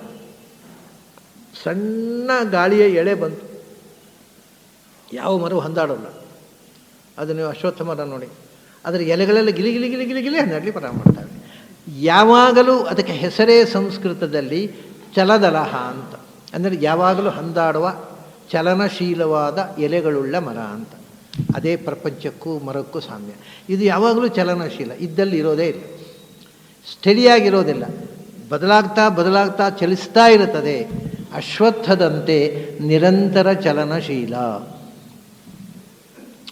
ಇದು ಬಹಳ ಸ್ಥೂಲವಾದ ಅರ್ಥ. ಇನ್ನೂ ಸ್ವಲ್ಪ ಒಳಕ್ಕೆ ಹೋಗೋಣ. ಅಶ್ವತ್ಥದಂತೆ ಅಲ್ಲ, ಅಶ್ವದಂತೆ ಇರುವಂಥದ್ದು. ಅಶ್ವತ್ಥ ಅಶ್ವದ ಹಾಗೆ ಇರುವಂಥದ್ದು. ಹಾಗಾದರೆ ಈಗ ನಾವು ಅಶ್ವತ್ಥ ಮರ ನೋಡಿ ಉಪಯೋಗ ಇಲ್ಲ, ಕುದುರೆ ನೋಡಬೇಕು. ಕುದುರೆಯನ್ನು ನೋಡಿಲ್ಲ ನಾವು, ಟಾಂಗಾದಲ್ಲಿ ಹೋಗ್ತೇವೆ, ಕುದುರೆ ಏನು ಮಾಡ್ತಾನೆ ಏನು ನೋಡ್ತೇವೆ. ಸರಿ, ಕುದುರೆಯನ್ನು ನೋಡಿದರೆ ಕುದುರೆಯಲ್ಲಿ ಒಂದು ವೈಶಿಷ್ಟ್ಯ ಇದೆ. ನೀವು ಎಲ್ಲ ಪ್ರಾಣಿಗಳನ್ನು ನೋಡಿ, ಕುದುರೆಯನ್ನು ನೋಡಿ, ಎಲ್ಲ ಪ್ರಾಣಿಗಳು ನಿಶ್ಚಲವಾಗಿ ನಿಲ್ತವೆ, ವಿಶ್ರಾಂತಿ ತಗೊಳ್ತವೆ. ಕುದುರೆ ನಿಶ್ಚಲವಾಗಿ ನಿಲ್ಲುವುದು, ಅದು ವಿಶ್ರಾಂತಿ ತಗೊಳ್ಳುವಾಗ ಕೂಡ ಒಂದು ರೀತಿಯ ಚಲನೆ. ಏನು ಅಂದರೆ, ನೀವು ಕುದುರೆ ನಿಲ್ಲಿಸಿ ಅದನ್ನು ಅಬ್ಸರ್ವ್ ಮಾಡ್ತಾಯಿರಿ. ಅದು ಒಮ್ಮೆ ಎದುರಿನ ಕಾಲು ಎತ್ತುತ್ತೆ, ಒಮ್ಮೆ ಹಿಂದಿನ ಕಾಲು, ಒಮ್ಮೆ ಬಾಲ ಜಾಡಿಸುತ್ತೆ, ಒಮ್ಮೆ ಇಲ್ಲಿ ಅಂದರೆ ಇಡೀ ಬಾಡಿಯಲ್ಲಿ ಮೂಮೆಂಟ್ ಇರಬೇಕು. ಅದಕ್ಕೆ ಹಂದಾಡದೆ ನಿಶ್ಚಲವಾಗಿ ಒಂದು ಕ್ಷಣವೂ ನಿಲ್ಲೋದಿಲ್ಲ ಕುದುರೆ. ಈ ಜಗತ್ತು ಕುದುರೆ ಹಾಗೆ ಅಪ್ಪ, ಅದು ಚಲಿಸ್ತಾ ಇರಬೇಕು. ಇದ್ದಲ್ಲಿ ಇರಲಿ ಗೊತ್ತಿಲ್ಲ ಅದಕ್ಕೆ. ಅಂದರೆ ಇದೆಲ್ಲ ಎಷ್ಟು ನೋಡಿ. ಇದನ್ನು ನೀವು ಮಾವಿನ ಮರ ಅಂದರೆ ಇಷ್ಟೆಲ್ಲ ಅರ್ಥ ಬರುತ್ತಾ? ಆಗೋಲ್ಲ. ಅಶ್ವತ್ಥ ಅಂದರೆ ಒಂದು ಅಶ್ವತ್ಥ ಮರದಂತೆ ಚಲನಶೀಲ, ಒಂದು ಅಶ್ವದಂತೆ ಚಲನಶೀಲ. ಕುದುರೆ ಹಾಗೆ ಯಾವಾಗಲೂ ಏನಾದರೂ ಒಂದು ಕಡೆ ಚಲನ ಆಗ್ತಾ ಇರಬೇಕು, ಸ್ಥಿರವಾಗಿ ಸ್ಟಡಿಯಾಗಿ ನಿಲ್ಲುವ ಸ್ವಭಾವವೇ ಇಲ್ಲದ್ದು. ಅದನ್ನು ಇನ್ನೂ ಸ್ವಾರಸ್ಯ ಅಂದರೆ, ನಾವೀಗ ಅಶ್ವತ್ಥ ಅಂತ ಇಡೀ ಶಬ್ದ ಅಂತ ತಗೊಂಡೆ, ಆಮೇಲೆ ಅಶ್ವ ಪ್ಲಸ್ ಸ್ಥ, ಕುದುರೆಯಂತೆ ಇರುವಂಥದ್ದು ಅಂತ. ಈಗ ಅದಲ್ಲ, ಈಗ ಒಂದೊಂದು ಅಕ್ಷರವನ್ನು ತಗೊಂಡೆ. ನ ಆ ಶ್ವಃ ಥ ಅಂದರೆ, ಶ್ವಃ ಅಂದರೆ ಸಂಸ್ಕೃತದಲ್ಲಿ ನಾಳೆ, ಥ ಅಂದರೆ ಇರುವಂಥದ್ದು. ಅಶ್ವತ್ಥ ಅಂದರೆ ಇವತ್ತು ಇದೆ, ನಾಳೆ ಇದೆ ಅನ್ನೋ ಗ್ಯಾರಂಟಿ ಇಲ್ಲ. ಇದು ಪ್ರಪಂಚದ ಡಿಸ್ಕ್ರಿಪ್ಷನ್. ಯಾವ ಭಾಷೆಯಲ್ಲಿ ಟ್ರಾನ್ಸ್ಲೇಟ್ ಮಾಡಲಿಕ್ಕೆ ಬರುತ್ತೆ ಇದನ್ನು? ನಹ ನ ಶ್ವಃ ತಿಷ್ಠತಿ, ಇವತ್ತಿದೆ, ಶ್ವಃ ನಾಳೆ ತಿಷ್ಠತಿ ನಿಲ್ಲುತ್ತೋ? ನ ಗ್ಯಾರಂಟಿ ಇಲ್ಲ. ಇವತ್ತಿದೆ ನಾಳೆ ಇದೆ ಅನ್ನುವ ಗ್ಯಾರಂಟಿ ಇಲ್ಲ. ಯಾಕೆಂದರೆ ಇನ್ನೊಂದು ಕ್ಷಣದಲ್ಲಿರುತ್ತೆ ಅನ್ನೋ ಗ್ಯಾರಂಟಿ ಇಲ್ಲ, ನಾಳೆ ಏನು ಬಂತು. ಆದ್ದರಿಂದ ಅಶ್ವತ್ಥ ಅಂದರೆ ಇಷ್ಟು ಕ್ಷಣಿಕ ಅಂತಂದರೆ ಈಗ ಇದೆ ನಾಳೆ ಇದೆ ಅನ್ನೋದು ಗೊತ್ತಿಲ್ಲ. ಶಿವೋಭಾವಾಹ ಮರ್ತ್ಯಸ್ಯ ಯದಂತಕೈತತ್ ಸರ್ವೇಂದ್ರಿಯಾಣಂ ಜರಯಂತಿ ತೇಜ. ಕಠೋಪನಿಷತ್ನಲ್ಲಿ ನಚಿಕೇತ ಈ ಮಾತನ್ನು ಹೇಳ್ತಾನೆ. ಪ್ರಪಂಚದ ಭೋಗ ಏನು ಬೇಕಾದರೂ ನೀನು ಕೇಳಿದ ಭೋಗ, ಸುಖ ಭೋಗ ಕೊಡ್ತೇನೆ ಅಂದರೆ ಹೇಳ್ತಾನೆ ಶಿವೋಭಾವಾಹ. ಶಿವೋಭಾವಾಹ ಅಂದರೆ ನಾಳೆ ಇದ್ದೀತು ಇರದೇ ಇದ್ದೀತು, ಭವಂತಿ ನ ಭವಂತಿ. ನಾಳೆ ಇವತ್ತು ನೀನು ಕೊಟ್ಟರೆ ನಾಳೆ ಇರುತ್ತೆ ಅಂತ ಗ್ಯಾರಂಟಿ ಇಲ್ಲ. ಅಷ್ಟೇ ಅಲ್ಲ, ನೀನು ಭೋಗವನ್ನು ನಾನು ಕೊಟ್ಟು ಬೇಕಾದಷ್ಟು ಭೋಗಿಸ್ಲಿಕ್ಕೆ ಕೊಟ್ಟು ನಾನು ಭೋಗಿಸಿದೆ ಅಂತ ಇಟ್ಟುಕೋ. ಅದರಿಂದ ಪರಿಣಾಮ ಏನು ಗೊತ್ತಾ? ನಾವು ದಿನದಿಂದ ದಿನಕ್ಕೆ ಭೋಗಿಸ್ತಾ ನಮ್ಮ ಇಂದ್ರಿಯದ ಶಕ್ತಿಗಳನ್ನು ಕಳ್ಕೊಂಡು ಮುದುಕರಾಗ್ತಾ ಸಾವಿನ ಕಡೆಗೆ ಸಾಗುವುದು ಅಷ್ಟೇ. ಹಾಗಾಗಿ ನಮ್ಮ ಎಲ್ಲ ತ್ರಾಣವನ್ನು ಕಿತ್ತು ತಿನ್ನುತ್ತೆ ನಾವು ತಿಂದ ಭೋಗದ್ರವ್ಯ. ನಾವು ಅದನ್ನು ಭೋಗಿಸೋದು, ಅದು ನಮ್ಮ ತ್ರಾಣವನ್ನು ಭೋಗಿಸೋದು. ಕಿತ್ತು ತಿಂದು ಬಿಡ್ತಾವೆ ನಮ್ಮ ತ್ರಾಣವನ್ನೇ. ಹಾಗೆ ಇರೋದರಿಂದ ನಾಳೆ ಇದೆ ಅನ್ನುವ ಗ್ಯಾರಂಟಿ ಇಲ್ಲ. ಪ್ರತಿ ಕ್ಷಣ ಬದಲಾಗ್ತಾ ಇರೋದು. ಅಂದರೆ ಮೆಟಮಾರ್ಫಾಸಿಸ್ ಅನ್ನುವುದು ಇದರ ಕ್ವಾಲಿಟಿ ಅಂತ. ಬದಲಾವಣೆಯೇ ಮೂಲದ್ರವ್ಯ ಪ್ರಪಂಚದ್ದು. ಬದಲಾಗದ ವಸ್ತು ಒಂದಿದೆ, ಅದು ದೇವರು ಮಾತ್ರ. ಮತ್ತು ಎಲ್ಲವೂ ಬದಲಾಗ್ತಾ ಇದೆ. ಅದರಿಂದ ಅದನ್ನು ಅಶ್ವತ್ಥ ಅಂತ ಕರೆದು. ಇನ್ನೂ ಸ್ವಾರಸ್ಯವನ್ನು ಈ ಶಬ್ದದಿಂದ ನಾವು ಹುಡುಕಬಹುದು. ಕೃಷ್ಣ ಈ ಒಂದು ಶಬ್ದದ ಮೂಲಕ ಹೇಳಿದ ಅರ್ಥವನ್ನು ನಾವು ಒಂದು ಪ್ರಬಂಧ, ಒಂದು ಥೀಸಿಸ್, PhD ಥೀಸಿಸ್ ಮಾಡ್ಬೋದು. A thesis on Ashwattha. The word Ashwattha, not tree Ashwattha, word Ashwattha. ಅಶ್ವ ಅಂದರೆ ಏನು ಗೊತ್ತಾ? ಅಶ್ವ ಅನ್ನುವ ಶಬ್ದಕ್ಕೆ ಕುದುರೆ ಅಂತ ನಮಗೆ ಅರ್ಥ ಗೊತ್ತಿದೆ. ಆದರೆ what is the etymological meaning? ಆ ಶಬ್ದದ ನಿರ್ವಚನದ ಅರ್ಥ ಏನು ಗೊತ್ತುಂಟ? ಆಶು ವಾ ಅಂದರೆ ಗಮನ. ಆಶುವ ಅಂದರೆ ವೇಗವಾಗಿ ಹೋಗುವಂಥದ್ದು. ಶಬ್ದದ ನಿಜವಾದ ಅರ್ಥ ವೇಗವಾಗಿ ಹೋಗುವಂಥದ್ದು. ನಾವು ಕುದುರೆಗೆ ವೇಗವಾಗಿ ಹೋಗುವಂಥದ್ದು ಅಂತ ಹೇಳಿದೆವು. ಯಾಕೆಂದರೆ ಕುದುರೆಗಿಂತ ವೇಗವಾಗಿ ಹೋಗುವಂಥದ್ದು ಉಂಟು, ಇಲ್ಲ ಅಂತಲ್ಲ. ಗರುಡ ಕುದುರೆಗಿಂತ ವೇಗ ಹೋಗ್ತಾನೆ, ಆದರೆ ಅವನ ಮೇಲೆ ಕೂತು ನಮಗೆ ಹೋಗ್ಲಿಕ್ಕಾಗುತ್ತಾ? ಆಗೋಲ್ಲ. ಹುಲಿ ಅದು ವೇಗವಾಗಿ ಕುದುರೆಗಿಂತ ವೇಗವಾಗಿ ಓಡ್ಬೋದು, ಅದು ಅಯ್ಯಪ್ಪ ಕೂತ್ಕೊಳ್ತಾನೆ, ನಮ್ಗೆ ಕೂತ್ಕೊಳ್ಳಿಕ್ಕಾಗುತ್ತಾ? ಹಾಗಾದರೆ ನಮಗೆ ಕೂತ್ಕೊಳ್ಳಿಕ್ಕಾಗುವ ಅತ್ಯಂತ ವೇಗವಾಗಿ ಹೋಗುವ ವಾಹನ ಯಾವುದು? ಮನುಷ್ಯ ಯೋಚನೆ ಮಾಡಿದ. ಹಿಂದೆ ಹೋಗ್ತಾ ಇದ್ದದ್ದು ಒಂದು ಆನೆ ಮೇಲೆ. ದುಡ್ಡು ಜಾಸ್ತಿ ಆದವರು ಆನೆ ಮೇಲೆ ಹೋಗ್ತಿದ್ರು. ಯಾಕೆಂದರೆ ಅವು ಕುದುರೆ ಗಾಡಿಯಲ್ಲಿ ಕುದುರೆ ಮುರಿದು ಹೋಗ್ತಿತ್ತು, ಕುದುರೆ ಕಾಲು. ಅಷ್ಟು ಭರ ಒಳಗೆ ಶ್ರೀಮಂತಿಕೆಯಿಂದ ಅವ್ರ ವೆಯ್ಟ್ ಜಾಸ್ತಿ ಆಗಿಬಿಟ್ಟಿದೆ, ಆನೆ ಮೇಲೆ ಕೊಡಬೇಕು ಪಾಪ. ಅದ್ರ ಮೇಲೆ ಅವ್ರ ಕಿರೀಟ, ಅದರ ಭಾರ ಬೇರೆ, ಅವ್ರ ವೇಷಭೂಷಣಗಳು. ಆದ್ದರಿಂದ ಆನೆ ಮೇಲೆ ಹೋಗ್ಬೇಕು. ಅವನ ಕುದುರೆ ಗಾಡಿ ಕುದುರೆ ಚಕ್ರ ಮುರಿದೀತು, ಅದರ ಕಾಲು ಮುರಿದೀತು, ಇದರ ಗಾಲಿ ಮುರಿದೀತು. ಸರಿ, ಆನೆ ಮೇಲೆ ಹೋಗೋದು. ಅದು ಆನೆ ಮೇಲೆ ಹೋದರೆ ಎಷ್ಟು ದೂರ ಹೋಗ್ಬೋದು?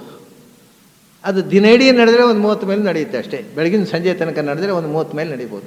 ಅಷ್ಟು ನಡಿಬೇಕಾಗಿದ್ದರೆ ಅದು ಹೆಫ್ಟಿ, ಅದು ದೇಹ. ಆದ್ದರಿಂದ ಅವು ಒಂದು 2 ಮೈಲು 3 ಮೈಲು ಹೋದಲ್ಲೆಲ್ಲ ರೆಸ್ಟ್ ಹೋಗಬೇಕು. ಅವುಗಳಿಗೆ ಒಂದು ನಿಲ್ಲಿಸ್ಬೇಕು. ಸೀದಾ ನೀವು 30 ಮೈಲು ಅಖಂಡವಾಗಿ ಓಡಿಸಿಬಿಟ್ರೆ ಆಗೋಲ್ಲ, ಅವು ನಡೆಯೋಲ್ಲ, ಅವು ರಿಫ್ಯೂಸ್ ಮಾಡ್ತವೆ.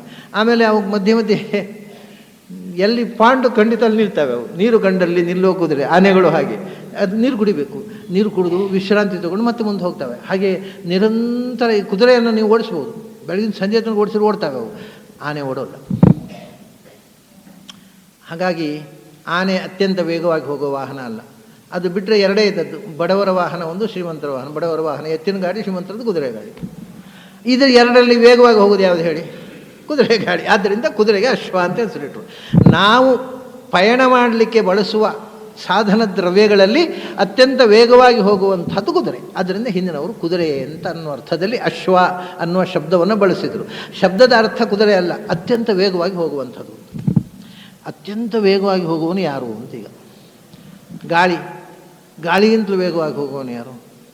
ಗಾಳಿಗಿಂತ ವೇಗ ಹೋಗುವವನು ಎಲ್ಲಕ್ಕಿಂತಲೂ ವೇಗವಾಗಿದೆ. ಆಸೀನೋ ದೂರಂ ವ್ರಜತಿ, ಕೂತಲ್ಲೇ ಕೂತು ದಿಗಂತದ ಆಚೆಗೆ ಹೋಗುವವನು ಯಾರು? ಭಗವಂತ ಒಬ್ಬನೇ. ಆದ್ದರಿಂದ ಭಗವಂತನನ್ನು ಅಶ್ವ ಅಂತ ಕರೀತಾರೆ ಶಾಸ್ತ್ರ. ಅತ್ಯಂತ ವೇಗವಾಗಿ. ನಮ್ಮ ಬುದ್ಧಿಗೂ ಕೂಡ ನೋಡಿ, ಇಂಗ್ಲೀಷ್ನಲ್ಲಿ ಹಾರ್ಸ್ ಪವರ್ ಅಂದರೆ ದೇಹದ ತ್ರಾಣ. ಎಷ್ಟು ಕುದುರೆ?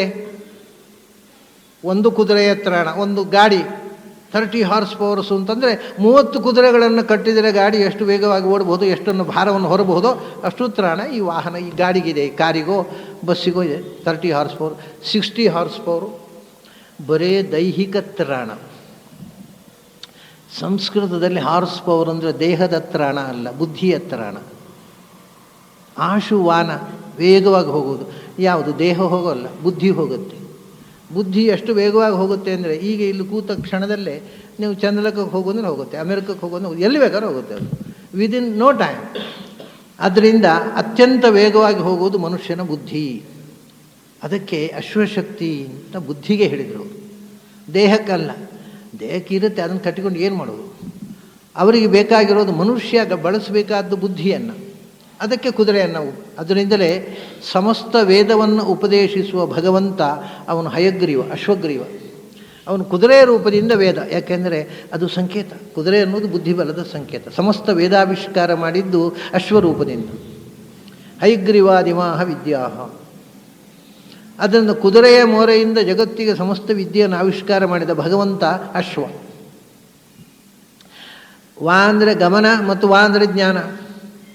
ಎಲ್ಲವನ್ನು ಎಲ್ಲಕ್ಕಿಂತ ಮೊದಲು ತಿಳಿದವ ಅವನು. ಆದ್ದರಿಂದ ಭಗವಂತ ಅಶ್ವ. ಈ ಜಗತ್ತಿನಲ್ಲಿ ಇದರ ಒಳಗೂ ಹೊರಗೂ ನಿಯಮನ ಮಾಡೋದಕ್ಕೋಸ್ಕರ ಅಶ್ವನಾಮಕನಾದ ಭಗವಂತ ಸ್ಥಾನ ಆಗಿದ್ದಾನೆ, ಕೂತಿದ್ದಾನೆ. ಈ ಪ್ರಪಂಚದಲ್ಲಿ ಭಗವಂತ ಕೂತಿದ್ದಾನೆ, ಪ್ರಪಂಚದ ಒಳಗೂ ಕೂತಿದ್ದಾನೆ, ಪ್ರಪಂಚದ ಹೊರಗೂ ಇದ್ದಾನೆ.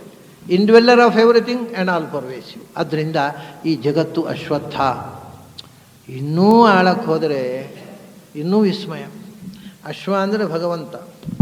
ಆಮೇಲೆ ಥ ಉಂಟಲ್ವ, ಥಾದಲ್ಲಿ 2 ಅಕ್ಷರ ಇದೆ, ತಾ ಮತ್ತು ಥ. ಒಂದೊಂದು ಅಕ್ಷರವನ್ನು ಒಡೆದು ನೋಡಿ ಸಂಸ್ಕೃತ ಹೊಸ ಪ್ರಪಂಚವನ್ನು ತೆರೆದು ತೋರಿಸುತ್ತೆ. ಅಶ್ವದಲ್ಲಿ ತಾ ಮತ್ತು ಥ. ತಾ ಅಂದರೆ ತತ, ಇಡೀ ಪ್ರಪಂಚದಲ್ಲಿ ತುಂಬಿದವ. ಮತ್ತು ಕೊನೆಗೊಂದು ದಿವಸ ಈ ಪ್ರಪಂಚವೇ ಅವನಿಗೆ ಥಮ್ ಅಂದರೆ ಫುಡ್ಡು ಅಂತ ಅರ್ಥ ಸಂಸ್ಥೆಯಲ್ಲಿ. ಕೊನೆಗೊಂದು ದಿವಸ ಇಡೀ ವಿಶ್ವವನ್ನು ಕಬಳಿಸುವ ಶಕ್ತಿ. ಇಡೀ ವಿಶ್ವ ಇದ್ದಷ್ಟು ಕಾಲ ಅದರಲ್ಲಿ ತುಂಬಿ ರಕ್ಷಣೆ ಮಾಡಿದ. ಅದರ ಆಯುಸ್ಸು ಮುಗಿದಾಗ ಥಮ್ ಅಂದರೆ ಅದನ್ನು ಕಬಳಿಸಿದ. ಅನ್ನಂ ಥಮ್ ಅಂತ ಉಪನಿಷತ್ತು, ಅದು ಅವನಿಗೆ ಆಹಾರ. ಇಡೀ ವಿಶ್ವವನ್ನು ಸಂಹಾರ ಮಾಡುವ ಶಕ್ತಿ, ಇಡೀ ವಿಶ್ವದಲ್ಲಿ ತುಂಬಿದ ಶಕ್ತಿ. ಅಶ್ವತ್ಥ ಅನ್ನುವ ಒಂದು ಶಬ್ದದಿಂದ ಇಷ್ಟೆಲ್ಲ ಅರ್ಥ ಹೇಳಲಿಕ್ಕೆ ಬರುತ್ತೆ. ಇದನ್ನು how to translate it into any other tongue. ಒಂದು ಶಬ್ದದಲ್ಲಿ ಅನುವಾದ ಮಾಡಲಿಕ್ಕೆ ಬರುವುದಿಲ್ಲ. ಸಂಸ್ಕೃತದಲ್ಲೇ ಅಶ್ವತ್ಥ ಅನ್ನೋ ಬದಲು ಇನ್ಯಾವುದೋ ಒಂದು ಮರ ಅಂತ ಹೇಳಿದರೆ ಆಗೋಲ್ಲ. ಈಗ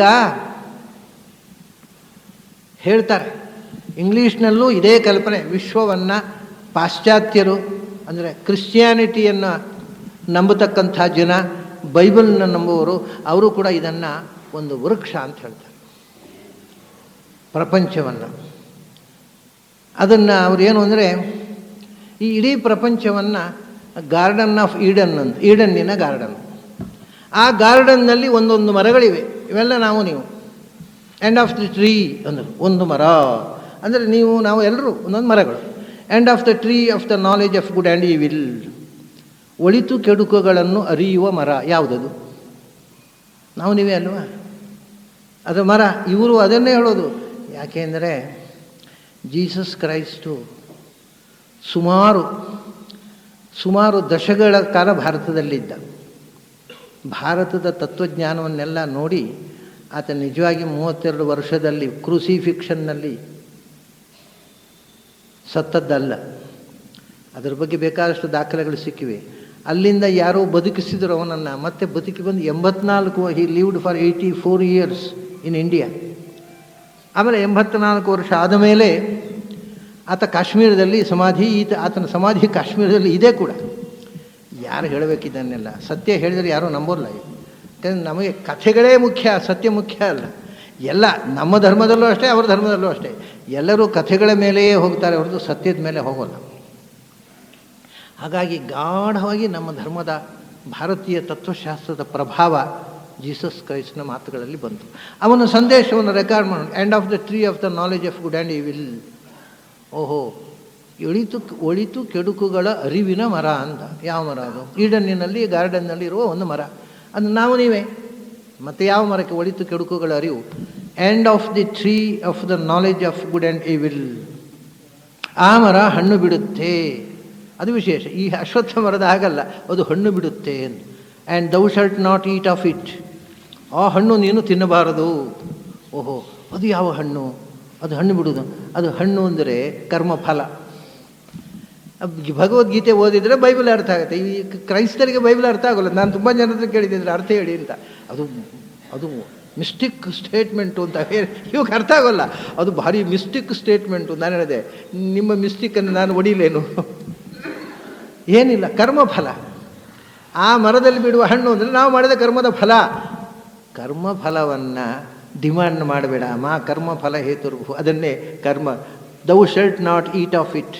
ಆ ಹಣ್ಣು ಬೇಕು ಅಂತ ನೀನು ಡಿಮ್ಯಾಂಡ್ ಮಾಡಬಾರ್ದು. ಯಾಕೆ? For in the day that thou eatest, ನೀನು ಯಾವತ್ತು ಆ ಹಣ್ಣು ತಿಂದಿ ಆ ದಿನ ದೌ ಶಲ್ಟ್ ಶೂರ್ಲಿ ಡೈ ಅಂತ ಸತ್ತು ಹೋಗ್ತೀಯ ನೀನು. ಆ ಹಣ್ಣು ಅದೇ ಬುದ್ಧಿ. ಕರ್ಮ ಫಲವನ್ನು ಯಾರು ಡಿಮ್ಯಾಂಡ್ ಮಾಡ್ತಾನೆ ಅವನು ಬುದ್ಧಿಯನ್ನು ಕಳ್ಕೊಂಡು ಬುದ್ಧಿನಾಶಾತ್ ವಿನಶ್ಯತಿಯಿಂದ. ಗೀತೆ ಓದಿದರೆ ಬೈಬಲ್ ಅರ್ಥ ಆಗುತ್ತೆ. ಇದರ ಖಂಡಿತವಾಗಿ ಅರ್ಥ ಆಗೋಲ್ಲ. ನೀವು ಕೇಳಿ ಯಾರತ್ರ, ಅದು ಕ್ರೈಸ್ತರ ಹತ್ರ ಈ ವಾಕ್ಯದ ಅರ್ಥ ಕೇಳಿ, ಅದು ಮಿಸ್ಟಿಕ್ ಎಕ್ಸ್ಪೀರಿಯನ್ಸು. ಏನು ಮಿಸ್ಟಿಕ್ಕು? ಅರ್ಥ ಆಗದಿದ್ದದ್ದೆಲ್ಲ ಮಿಸ್ಟಿಕ್ಕು ಅಷ್ಟೇ. ಇದು ಬಹಳ ರೋಚಕವಾದ ಮಾತು, ಪೂರ್ತಿ ಗೀತೆ. ಸರಿ, ಹಾಗೆ ಅಲ್ಲಿ ಒಂದು ಮರ ಅಂದರು, ವೃಕ್ಷ. ಆದರೆ ಅದನ್ನು ಅಶ್ವತ್ಥ ಅಂತ ಅದನ್ನು ಟ್ರಾನ್ಸ್ಲೇಟ್ ಮಾಡಲಿಕ್ಕೆ ಆಗಲಿಲ್ಲ ಇಂಗ್ಲೀಷ್ನಲ್ಲಿ. ಯಾವ ಮಿಸ್ಟಿಕ್ ಎಕ್ಸ್ಪೀರಿಯನ್ಸಿಗೂ ಅಶ್ವತ್ಥವನ್ನು ಟ್ರಾನ್ಸ್ಲೇಟ್ ಮಾಡಲಿಕ್ಕೆ ಆಗಲಿಲ್ಲ. ಅದು ಸಂಸ್ಕೃತದಲ್ಲಿ ಮಾತ್ರ ಸಾಧ್ಯ. ನೀವು ಕನ್ನಡದಲ್ಲಿ ಅದು ಹೆಂಗೆ ಅನುವಾದ ಮಾಡ್ತೀರಿ? ಅಶ್ವತ್ಥ ಅರಳಿ ಮರವು. ಏನು ಅರಳಿ ಮರ? ಏನು ಅರಳಿ ಮರ ಅಷ್ಟೇ. ಈ ಅರ್ಥಗಳನ್ನು ಹೇಗೆ ತುಂಬುತ್ತೀರಿ? ಸಂಸ್ಕೃತ ಅನ್ನೋದು ನಾನು ಹೇಳಿದೆ, ಅದು ಒಂದು ಪ್ರೆಗ್ನೆಂಟ್, ತುಂಬ ಅರ್ಥಗಳ ಗರ್ಭಿಣಿ. ಅರ್ಥದ ಗರ್ಭ, ಅದೊಂದು ಗರ್ಭಿಣಿಯಾದ ಭಾಷೆ. ಉಳಿದವೆಲ್ಲ ಬಂಜೆ ಭಾಷೆಗಳು. ಅದು ಅರ್ಥಗಳ ಭಾರದಿಂದ ತುಂಬ ಪ್ರೆಗ್ನೆಂಟ್ ಆದ ಲ್ಯಾಂಗ್ವೇಜ್ ಅದು. ಅದು ಸರಿ ಆಯಿತು. ಆದ್ದರಿಂದ ಅಶ್ವತ್ಥ ಮರದಂತೆ ಚಲಿಸುವುದು, ಕುದುರೆಯಂತೆ ಚಲಿಸುವುದು. ಇವತ್ತಿದ್ದರೆ ನಾಳೆ ಇಲ್ಲ ಅನ್ನುವಷ್ಟು ಟೆಂಪರರಿ, ಟ್ರಾನ್ಸಿಟರಿ ಆಗಿರತಕ್ಕಂಥದ್ದು. ಆದರೆ ಅದರಲ್ಲಿ ಭಗವಂತ ಸನ್ನಿಹಿತನಾಗಿದ್ದಾನೆ. ಒಳಗು ಹೊರಗು ಭಗವಂತ ತುಂಬಿರುವಂಥ ಪ್ರಪಂಚ. ಭಗವಂತ ತುಂಬಿರುವುದು ಅಷ್ಟೇ ಅಲ್ಲ, ಕೊನೆಗೊಂದು ದಿವಸ ಭಗವಂತನನ್ನೇ ಆಹಾರವಾಗಿ ಸೇರುತ್ತೆ. ಭಗವಂತನಿಂದ ಬಂತು, ಭಗವಂತನನ್ನು ಸೇರಿತು. ಇಂಥ ಪ್ರಪಂಚ. ಆ ಪ್ರಪಂಚ ಅಶ್ವತ್ಥ ಊರ್ಧ್ವಮೂಲಂ ಅಧಃಶಾಖಂ ಅಶ್ವತ್ಥಂ ಪ್ರಾಹು. ಈ ಪ್ರಪಂಚವನ್ನು, ಈ ವಿಶ್ವವನ್ನು ಅಶ್ವತ್ಥ ಅಂತ ತಿಳಿದವರು ಹೇಳ್ತಾರೆ ಅಂತ. ಪ್ರಾಹು ಎರಡು ಶಬ್ದಗಳಿದೆ ಸಂಸ್ಥೆಯಲ್ಲಿ. ಆಹುಹು ಅಂತ ಒಂದು. ಆಹುಹು ಅಂದರೆ ದೇಸೆ ಹೇಳ್ತಾರೆ, ಹೀಗೆ ಹೇಳ್ತಾರೆ ಕೆಲವರು ಅಂತ. ಅದನ್ನು ಕನ್ಫರ್ಮ್ ಮಾಡಲಿಕ್ಕೆ ಬರೋದಿಲ್ಲ, ಅವ್ರು ನಂಬಲಿಕ್ಕೆ ಬರೋದಿಲ್ಲ. ಹೇಳ್ತಾರಪ್ಪ, ರೂಮರ್ ಅಂತ ಹೇಳ್ತೇವಲ್ಲ, ಕೇಚಿದ ಆಹುಹು, that is a rumour like that. ಹೀಗೊಂದು ರೂಮರ್ ಇದೆ ಅಂತ. ಹಾಗಲ್ಲ, ಪ್ರಾಹುಹು ಅಂದರೆ ತಿಳಿದು ಹೇಳ್ತಾರೆ ಅಂತ. ಅದು ಹೇಳಿದ್ದು ಅಂದರೆ ಏನೋ ಗಾಳಿ ಸುದ್ದಿ ಅಲ್ಲ, ಇಟ್ಸ್ ಕನ್ಫರ್ಮ್ಡ್ ಎಕ್ಸ್ಪೀರಿಯನ್ಸ್, ಕನ್ಫರ್ಮ್ ಆಗಿದೆ. ಪ್ರಾಹುಹು ಅದನ್ನು ಅಶ್ವತ್ಥ ಅಂತ ತಿಳಿದು ಅದರ ಗುಣಧರ್ಮಗಳನ್ನು ಅರಿತು ಅದನ್ನು ಡಿಸ್ಕ್ರೈಬ್ ಮಾಡಿ ನಮ್ಮ ಮುಂದೆ ಇಟ್ಟು, ನೋಡಪ್ಪ ಇದು ಅಶ್ವತ್ಥ. ಅಶ್ವತ್ಥ ಇವತ್ತಿರುತ್ತೆ, ನಾಳೆ ಇದೆ ಅಂತ ಗ್ಯಾರಂಟಿ ಇಲ್ಲ. ಆದರೆ ಅವ್ಯಯ ಅಂದರೆ ಅದು ನಶ್ವರ, ಅದರ ಅವ್ಯಯ. ನಶ್ವರ ಆದರೂ ನಾಶವಿಲ್ಲ. ಇದು ಮತ್ತೆ ಗೊಂದಲ ಹೊಡಿಸಿಬಿಟ್ಟ ಕೃಷ್ಣ. ಅದು ಈ ಕ್ಷಣ ಇರುತ್ತೆ, ಇನ್ನೊಂದು ಕ್ಷಣ ಇಲ್ಲ, ಆದರೂ ಅವ್ಯಯ, ನಾಶ ಇಲ್ಲ ಅದಕ್ಕೆ. ಹೌದಲ್ಲ? ಹೇಗೆ ಅಂದರೆ ಇದನ್ನು ಗೊತ್ತಾಗಬೇಕಾದ್ರೆ ನಾವು ಸಂಜೆ ಹೊತ್ತು ಸಮುದ್ರ ತೀರ, ಸಂಜೆ ಹೊತ್ತು ಯಾವತ್ತಾದರೂ ಸಂಜೆ ಹೊತ್ತು ಸುಮ್ಮನೆ ಅದು ಪ್ಲೆಸೆಂಟ್ ಆಗಿರುತ್ತೆ, ಸಮುದ್ರ ತೀರದಲ್ಲಿ ಹೋಗಿ ಕೂತ್ಕೋಬೇಕು. ಯಾವ ತೆರೆ ಶಾಶ್ವತ ಹೇಳಿ? ಯಾವುದಿಲ್ಲ. ತೆರೆ ಬಂತು ಬಂತು ಬಂತು ಬಿದ್ದು ಹೋಯಿತು, ಮತ್ತೊಂದು ಬಂತು ಬಿದ್ದು ಹೋಯಿತು. ಯಾವ ತೆರೆ? ಎಲ್ಲ ತೆರೆಯೂ ಅಶ್ವತ್ಥವಾ? ಕ್ಷಣಿಕ. ಆದರೆ ತೆರೆ ಇಲ್ಲದ ಕ್ಷಣ ಉಂಟಾ? ಇಲ್ಲ. ತೆರೆ ಅವ್ಯಯ, ಅದು ಮುಗಿಯೋದೇ ಇಲ್ಲ. ಇದು ಕೃಷ್ಣ ಹೇಳೋದು. ಒಂದು ಪ್ರಪಂಚವನ್ನು ನೀನು ಇಟ್ಟುಕೊಂಡ್ರೆ ಅದು ನಾಶವಾಗಿ ಹೋಗುತ್ತೆ. ಆದರೆ ಪ್ರಪಂಚದ ಪ್ರವಾಹ, ಒಂದು ಪ್ರಪಂಚ ನಾಶ ಆದರೆ ಮತ್ತೊಂದು, ಇಲ್ಲಿಯೂ ಅಷ್ಟೇ. ಒಂದು ಸತ್ತಿತು ಅಂದರೆ ಮತ್ತೊಂದು ಹುಟ್ಟಿತು. ಅದರಿಂದ ಈ ಪ್ರಪಂಚದ ಪ್ರವಾಹ ಉಂಟಲ್ಲ, ನೀನು ಈ ಪ್ರವಾಹವನ್ನು ತಗೊಂಡ್ರೆ ಫ್ಲೋ, ನಿರಂತರ ಪ್ರವಾಹ. ಒಬ್ಬ ರಷ್ಯನ್ ನಾವೆಲ್ಲು ವಸಂತ ಮರಳಿ ಬಂತು ಅನ್ನುವುದನ್ನು ಆ ಹೆಸರಿನಲ್ಲಿ ಅದು ಅನುವಾದ ಆಗಿದೆ. ಒಬ್ಬ ರಷ್ಯನ್ ಲೇಖಕ ಬರೆದಂಥ ಒಂದು ನಾವೆಲ್ಲದು. ಅದರಲ್ಲಿ ಒಂದು ಅದ್ಭುತವಾದಂಥ ಸಂಗತಿ ಹೇಳ್ತಾನೆ ಅವನು. ಇಬ್ಬರು ಹುಡುಗರು, ಅದು ಮಕ್ಕಳ ಕಥೆ, ಆದರೆ ದೊಡ್ಡವರಿಗೂ ತಲೆ ಬಿಸಿ ಮಾಡುವಂಥ ಕಥೆ.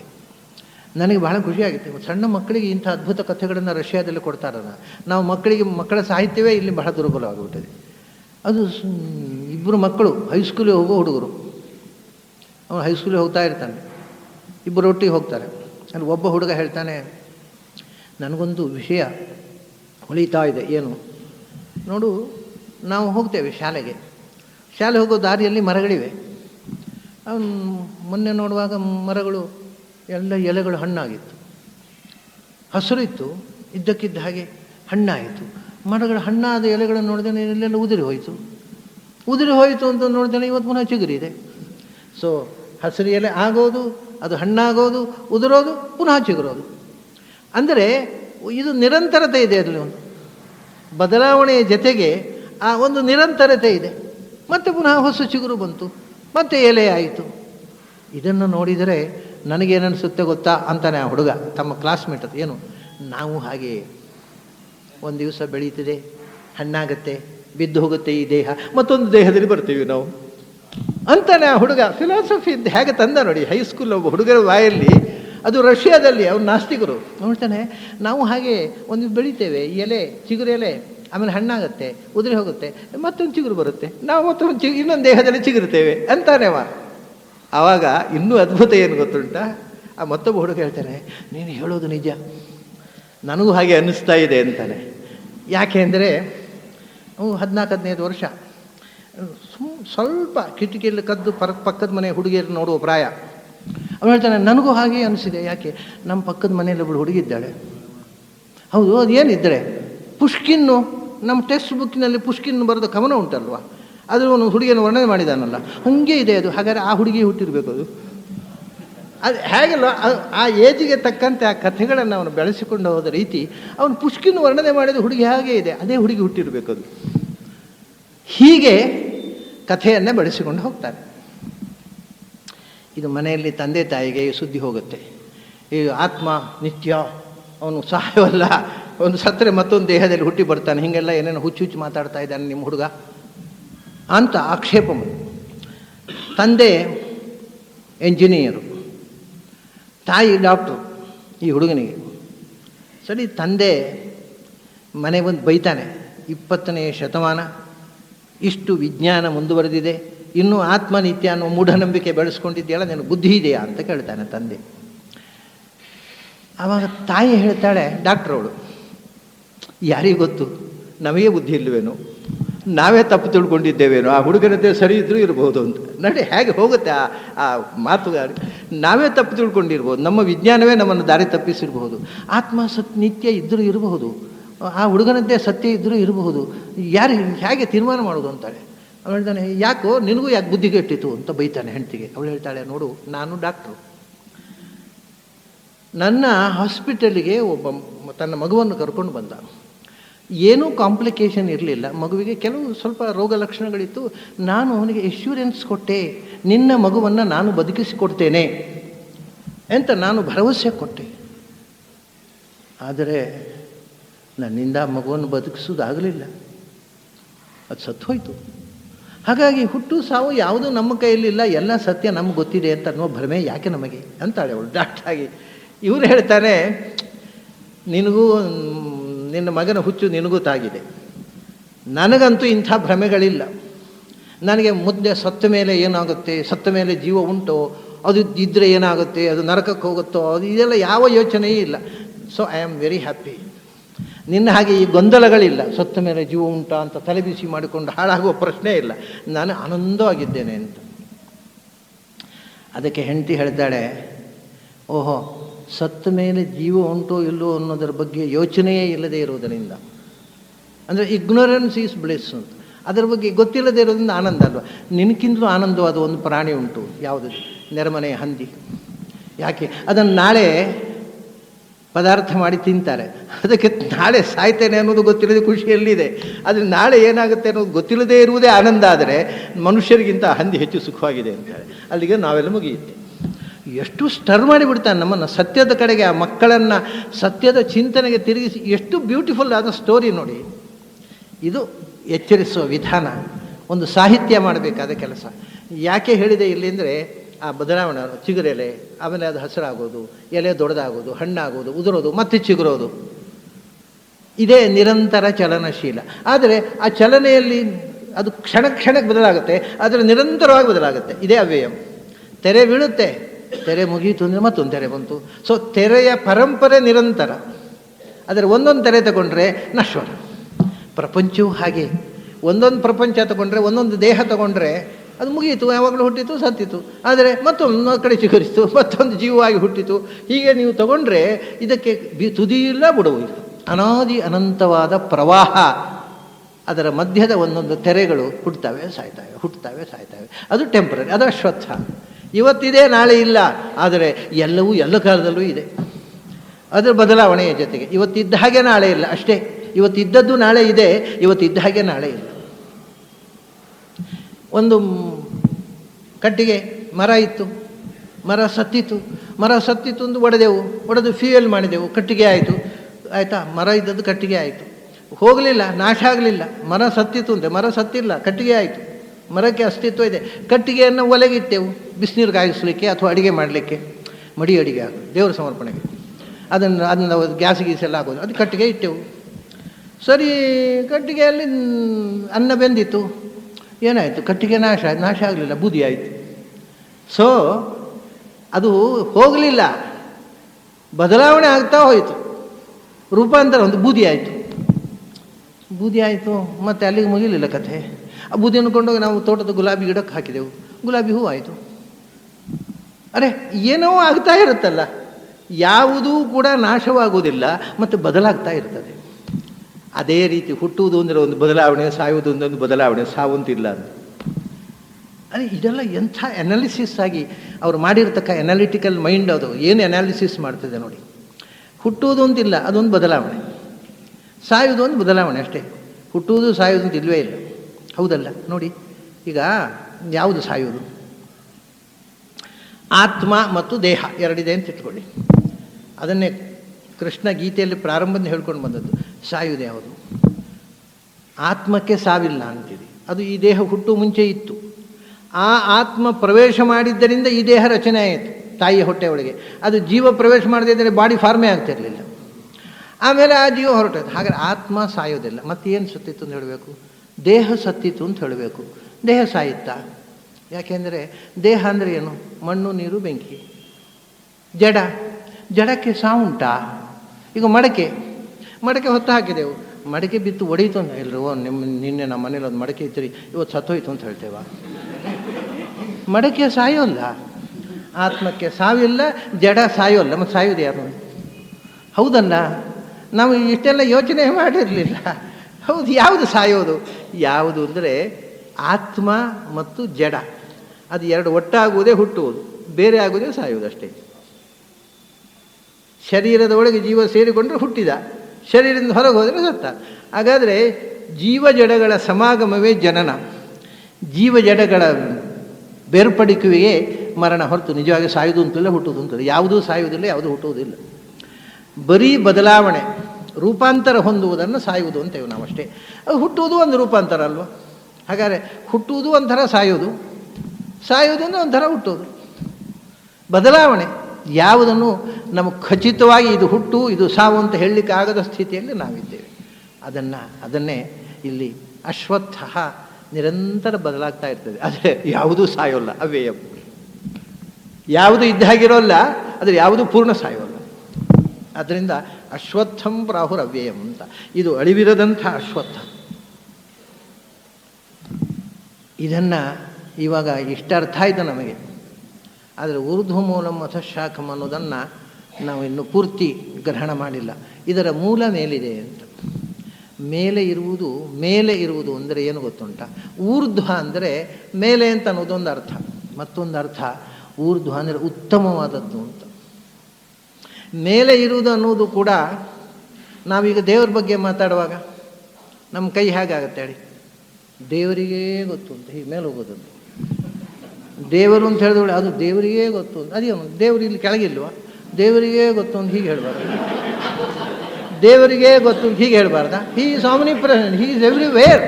ಅಲ್ಲ, ದೇವರಿಗೇ ಗೊತ್ತು ಅಂದರೆ he is everywhere, still he is above everything. ಎಲ್ಲಕ್ಕಿಂತ ಎತ್ತರದಲ್ಲಿದ್ದಾನೆ ಅಂದರೆ ಏನರ್ಥ? ಎಲ್ಲಕ್ಕಿಂತ ಹಿರಿದಾದ ವಸ್ತು ಅಂತ ಅರ್ಥ ಅಲ್ವ? ಮೇಲೆ ಅಂದರೆ ಮೇಲೆ ಅಷ್ಟೇ ಅಲ್ಲ, ಎಲ್ಲಕ್ಕಿಂತ ದೊಡ್ಡದು ಅಂತ, ಉತ್ತಮ, ಗ್ರೇಟೆಸ್ಟ್, ಊರ್ಧ್ವ. ಆದ್ದರಿಂದ ಈ ಪ್ರಪಂಚ ಅನ್ನುವ ಮರಕ್ಕೆ ಮೂಲ ಯಾವುದ್ರಿ? ಅಲ್ಲಿದೆ ಭಗವಂತ. ಭಗವಂತನಿಂದ ಹುಟ್ಟಿದಳು, ಹಾಗಾಗಿ ಅದರ ಮೂಲ ಮೇಲಿದೆ ಅಂತ. 3-4 ಥರದ ಮೂಲ ಇದೆ. ಈಗ ನೋಡಿ, ಒಂದು ಮರ ಬೆಳಿಬೇಕಾದ್ರೆ ಅದಕ್ಕೆ ಮೂಲ ಅಂದರೆ ನೆಲ ಬೇಕಲ್ಲ, ಅದು ಮೂಲ. ಅರ್ಥಿನಲ್ಲಿ ಮರ. ಭೂಮಿ ಅನ್ನುವುದು ಒಂದು ಮೂಲ. ಭೂಮಿ ಮಾತ್ರ ಅಲ್ಲ, ಭೂಮಿಯಲ್ಲಿ ನಾವು ಬೀಜ ಬಿತ್ತಿದರೆ ಮರ ಆಗೋದು. ಆ ಬೀಜವೂ ಒಂದು ಮೂಲ.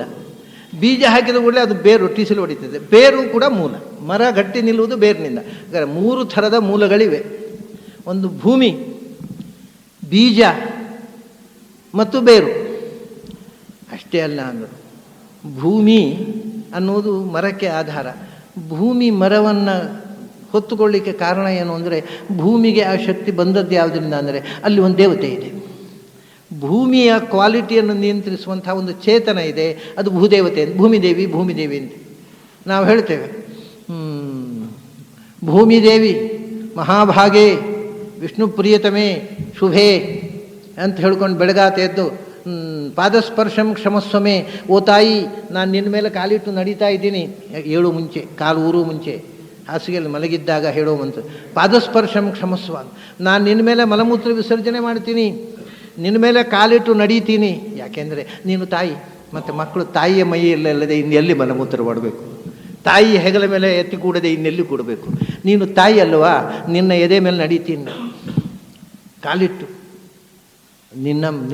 ನಿನ್ನ ತೊಡೆ ಮೇಲೆ ಮಲಮೂತ್ರ ವಿಸರ್ಜನೆ ಮಾಡ್ತೀನಿ ನಾನು, ಏಕೆಂದರೆ ನೀನು ನನ್ನ ತಾಯಿ, ದಯವಿಟ್ಟು ಕ್ಷಮಿಸು. ಅಲ್ಲ, ಹಿಂದಿನವರು ಪ್ರತಿಯೊಂದು ವಸ್ತುವಿನಲ್ಲಿ ಚೈತನ್ಯವನ್ನು ಕಂಡರು. ಅವರಿಗೆ ಮಣ್ಣು ಬರಿಯ ಮಣ್ಣಲ್ಲ, ಅದು ಒಂದು ದೇವತಾ ಶಕ್ತಿ. ಪ್ರತಿಯೊಂದು ವಸ್ತುವಿನ ಒಳಗೆ ಅಗ್ನಿ ಅಂದರೆ ಅಗ್ನಿ ದೇವತೆ, ಮಣ್ಣು ಅಂದರೆ ಮಣ್ಣಿನ ದೇವತೆ, ನೀರು ಅಂದರೆ ನೀರನ್ನು ನಿಯಂತ್ರಿಸ್ತಕ್ಕಂಥ ನದಿ ದೇವತೆಗಳು, ನಾವು ಗಂಗೆಯಿಂದ ಗಂಗಾ ತಾಯಿ ಮಾತೆ, ಅದು ಎಲ್ಲ ಒಂದು ದೇವತಾ ಶಕ್ತಿ. ಪ್ರತಿಯೊಂದು ಜಡದಲ್ಲಿ ಒಂದು ದೇವತಾ ಶಕ್ತಿ ಇದೆ.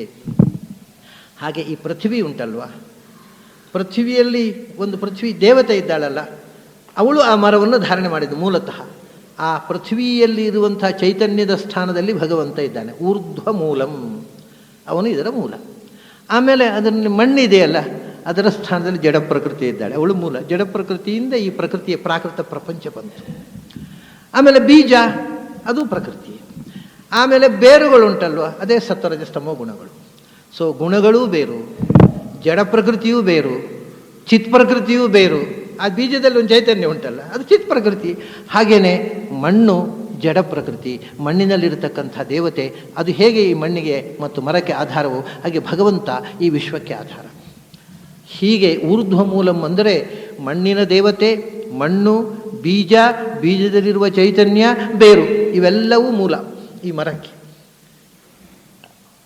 ಬೀಜ ಅಂದರೆ ಜೀವಗಳೇ.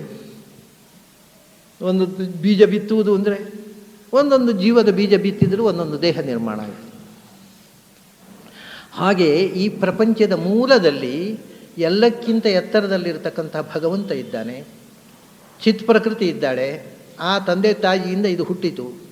ಮತ್ತು ಜಡ ಪ್ರಕೃತಿಯ ವಿಕಾರ, ತಂದೆ ತಾಯಿಯಿಂದ ಒಳಗೆ, ದೇಹದ ಒಳಗೆ ಮಣ್ಣು ನೀರು ಬೆಂಕಿಯಿಂದ ಒಂದು ಬಾಡಿ ನಿರ್ಮಾಣ ಆಗಬೇಕಲ್ಲ, ಅದಕ್ಕೆ ಜಡ ಪ್ರಕೃತಿ ಇದೆ, ಸತ್ವರಜಸ್ತಮ ಗುಣಗಳಿವೆ. ಈ ಬೇರುಗಳಿಂದ, ಈ ಬೀಜದಿಂದ, ಈ ಮಣ್ಣಿನಲ್ಲಿ ಈ ವಿಶ್ವ ಅನ್ನುವ ಮರ ಹುಟ್ಟಿತು.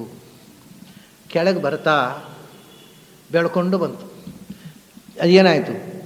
ಅಧಃಶಾಖಂ, ಶಾಖೆ ಅಂತ ಒಂದು ಶಬ್ದ ಬಳಸಿದರು. ಶಾಖೆ ಬರಬೇಕಾದ್ರೆ ಮೊದಲು ಬೊಡ್ಡೆ ಇರಬೇಕಲ್ಲ, ಆ ಕಾಂಡ ಇದ್ದರೆ ಕಾಂಡದಲ್ಲಿ ಶಾಖೆ, ಶಾಖೆಯಲ್ಲಿ ಉಪಶಾಖೆ, ಇದು ಮೂರನ್ನು ಒಟ್ಟಿಗೆ ಶಾಖೆ ಅಂದರು. ಮೊದಲು ಅದರಿಂದ ಒಂದು ಕಾಂಡ ಬೆಳೆಯಿತು. ಯಾವುದು ಕಾಂಡ? ಮಹತ್ತತ್ವ, ಅಹಂಕಾರ ತತ್ವ ಅನ್ನುವ ಕಾಂಡ ಬೆಳೆಯಿತು. ಮೊದಲು ಬೆಳೆಯೋದು ಅದೇ ಮಹತ್ತತ್ವ, ಅಹಂಕಾರ ತತ್ವ. ಮಹತ್ತತ್ವ, ಅಹಂಕಾರ ತತ್ವದ ಹಿಂದೆ ಇರತಕ್ಕ ಚೈತನ್ಯವೇ ಚತುರ್ಮುಖ. ಚತುರ್ಮುಖ ಅನ್ನುವ ಕಾಂಡ ಬೆಳೆಯಿತು. ಆಮೇಲೆ ಅದನ್ನು ಮತ್ತೆ ನಮಗೆ ಅಹಂಕಾರವನ್ನು ಕೊಟ್ಟು ಮನಸ್ಸು, ಬುದ್ಧಿ ಮತ್ತು ಪಂಚಭೂತಗಳು ಅನ್ನುವಂಥವು ಶಾಖೆಗಳು ಬೆಳೆದವು. ಅದರ ನಂತರ ಅವಾಂತರ ದೇವತೆಗಳು, ಅವಾಂತರ ಜೀವಗಳು, ಮನುಷ್ಯರು, ದೈತ್ಯರು, ದಾನವರು, ಪ್ರಾಣಿಗಳು ಎಲ್ಲ ಅವಾಂತರ ಶಾಖೆಗಳು. ಆ ಮುಖ್ಯ ಶಾಖೆ ಚತುರ್ಮುಖ, ಅದರ ಕಾಂಡ ಬೊಡ್ಡೆ, ಅದರಿಂದ ಇಂದ್ರಾದಿ ದೇವತೆಗಳು, ಆ ಶಾಖೆಯಲ್ಲಿ ಮತ್ತು ನಾನಾ ಬಗೆಯ ಜೀವಜಾತಗಳು, ಇದೆಲ್ಲವೂ ಮೇಲಿನಿಂದ ಕೆಳಕ್ಕೆ. ಅಧಃ ಅಂದರೆ ಒಬ್ಬರಿಗಿಂತ ಒಬ್ಬರು ಕೆಳಗಿನವರು, ಒಬ್ಬರಿಗಿಂತ ಒಬ್ಬರು ಕೆಳಗಿನವರು, ಯೋಗ್ಯತೆಯಲ್ಲಿ, ಅರ್ಹತೆಯಲ್ಲಿ, ಸೃಷ್ಟಿಯಲ್ಲಿ ಮುಂದೆ ಮುಂದೆ ಹೋದ ಹಾಗೆ ಆ ಕಮ್ಮಿ ಕ್ವಾಲಿಟಿ ಅರ್ಹತೆ ಇದ್ದವರು ಸೃಷ್ಟಿಯಾಗ್ತಾರೆ. ಹೀಗೆ ಭಗವಂತನಿಂದ ಚತುರ್ಮುಖ, ಗರುಡಶೇಷರುದ್ರರು, ಇಂದ್ರಾದಿ ದೇವತೆಗಳು, ಅವಾಂತರ ದೇವತೆಗಳು, ಗಂಧರ್ವರು, ಮತ್ತು ಮನುಷ್ಯರು, ಆಮೇಲೆ ಪ್ರಾಣಿಗಳು ಎಲ್ಲ, ಇದು ಒಂದರಿಂದ ಒಂದು ಇನ್ಫೀರಿಯರ್ ಸೃಷ್ಟಿಯಲ್ಲಿ ಮುಂದೆ ಹೋದ ಹಾಗೆ ಸಣ್ಣ ಸಣ್ಣ ಶಾಖೆಗಳು, ಟಿಸಿಲುಗಳು, ಟೊಂಗೆಗಳು, ಉಪಶಾಖೆಗಳು ಸೃಷ್ಟಿಯಾದವು. ಇವೆಲ್ಲ ಸೇರಿ ಒಂದು ಮರವಾಯಿತು. ಊರ್ಧ್ವಮೂಲಂ ಅಧಃಶಾಖಂ ಅಶ್ವತ್ಥಂ ಪ್ರಾಹು ಅವ್ಯಯಂ. ಈ ಅರ್ಧ ಶ್ಲೋಕವನ್ನು ಸ್ವಲ್ಪ ಸಂಕ್ಷಿಪ್ತವಾಗಿ ಆದರೂ ಸ್ವಲ್ಪ ವಿಸ್ತಾರವಾಗಿ ನಾವು ಇವತ್ತು ನೋಡಿದೆವು. ಈ ಮರದಲ್ಲಿ ಇನ್ನು ನಮಗೆ ಎಲೆಗಳು ಬೇಕು, ಚಿಗುರು ಬೇಕು, ಎಲೆ ಆಗಬೇಕು, ಎಲೆ ಆದಮೇಲೆ ಹೂ ಬಿಡಬೇಕು, ಅದು ಹಣ್ಣು ಆಗಬೇಕು. ಇದೆಲ್ಲ ಏನಪ್ಪ ಈ ಮರದಲ್ಲಿ? ಹೂ ಯಾವುದು, ಹಣ್ಣು ಯಾವುದು, ಎಲೆ ಯಾವುದು ನೋಡಬೇಕು. ಬರೇ ಮರದ ಟೊಂಗೆಗಳು, ಬ್ರ್ಯಾಂಚಸ್, ಆಮೇಲೆ ಸಬ್ ಬ್ರ್ಯಾಂಚಸ್, ಉಪಶಾಖೆಗಳು, ಇಷ್ಟನ್ನು ನೋಡಿದೆವು. ಇದು ಚಿಗುರುವ ಬಗೆಯನ್ನು ಮತ್ತು ಅದು ಹಣ್ಣು ಬಿಡುವ ಬಗೆಯನ್ನು ಮುಂದೆ ಹೇಳ್ತಾನೆ ಕೃಷ್ಣ. ಅದನ್ನು ಮತ್ತೆ ನಾವು ನಾಳೆ ಸೇರಿದಾಗ ನೋಡೋಣ. ಅಲ್ಲಿ ತನಕ ನಿಮಗೆಲ್ಲ ಅಭಿನಂದನೆಗಳು ಮತ್ತು ಅಭಿವಂದನೆಗಳು.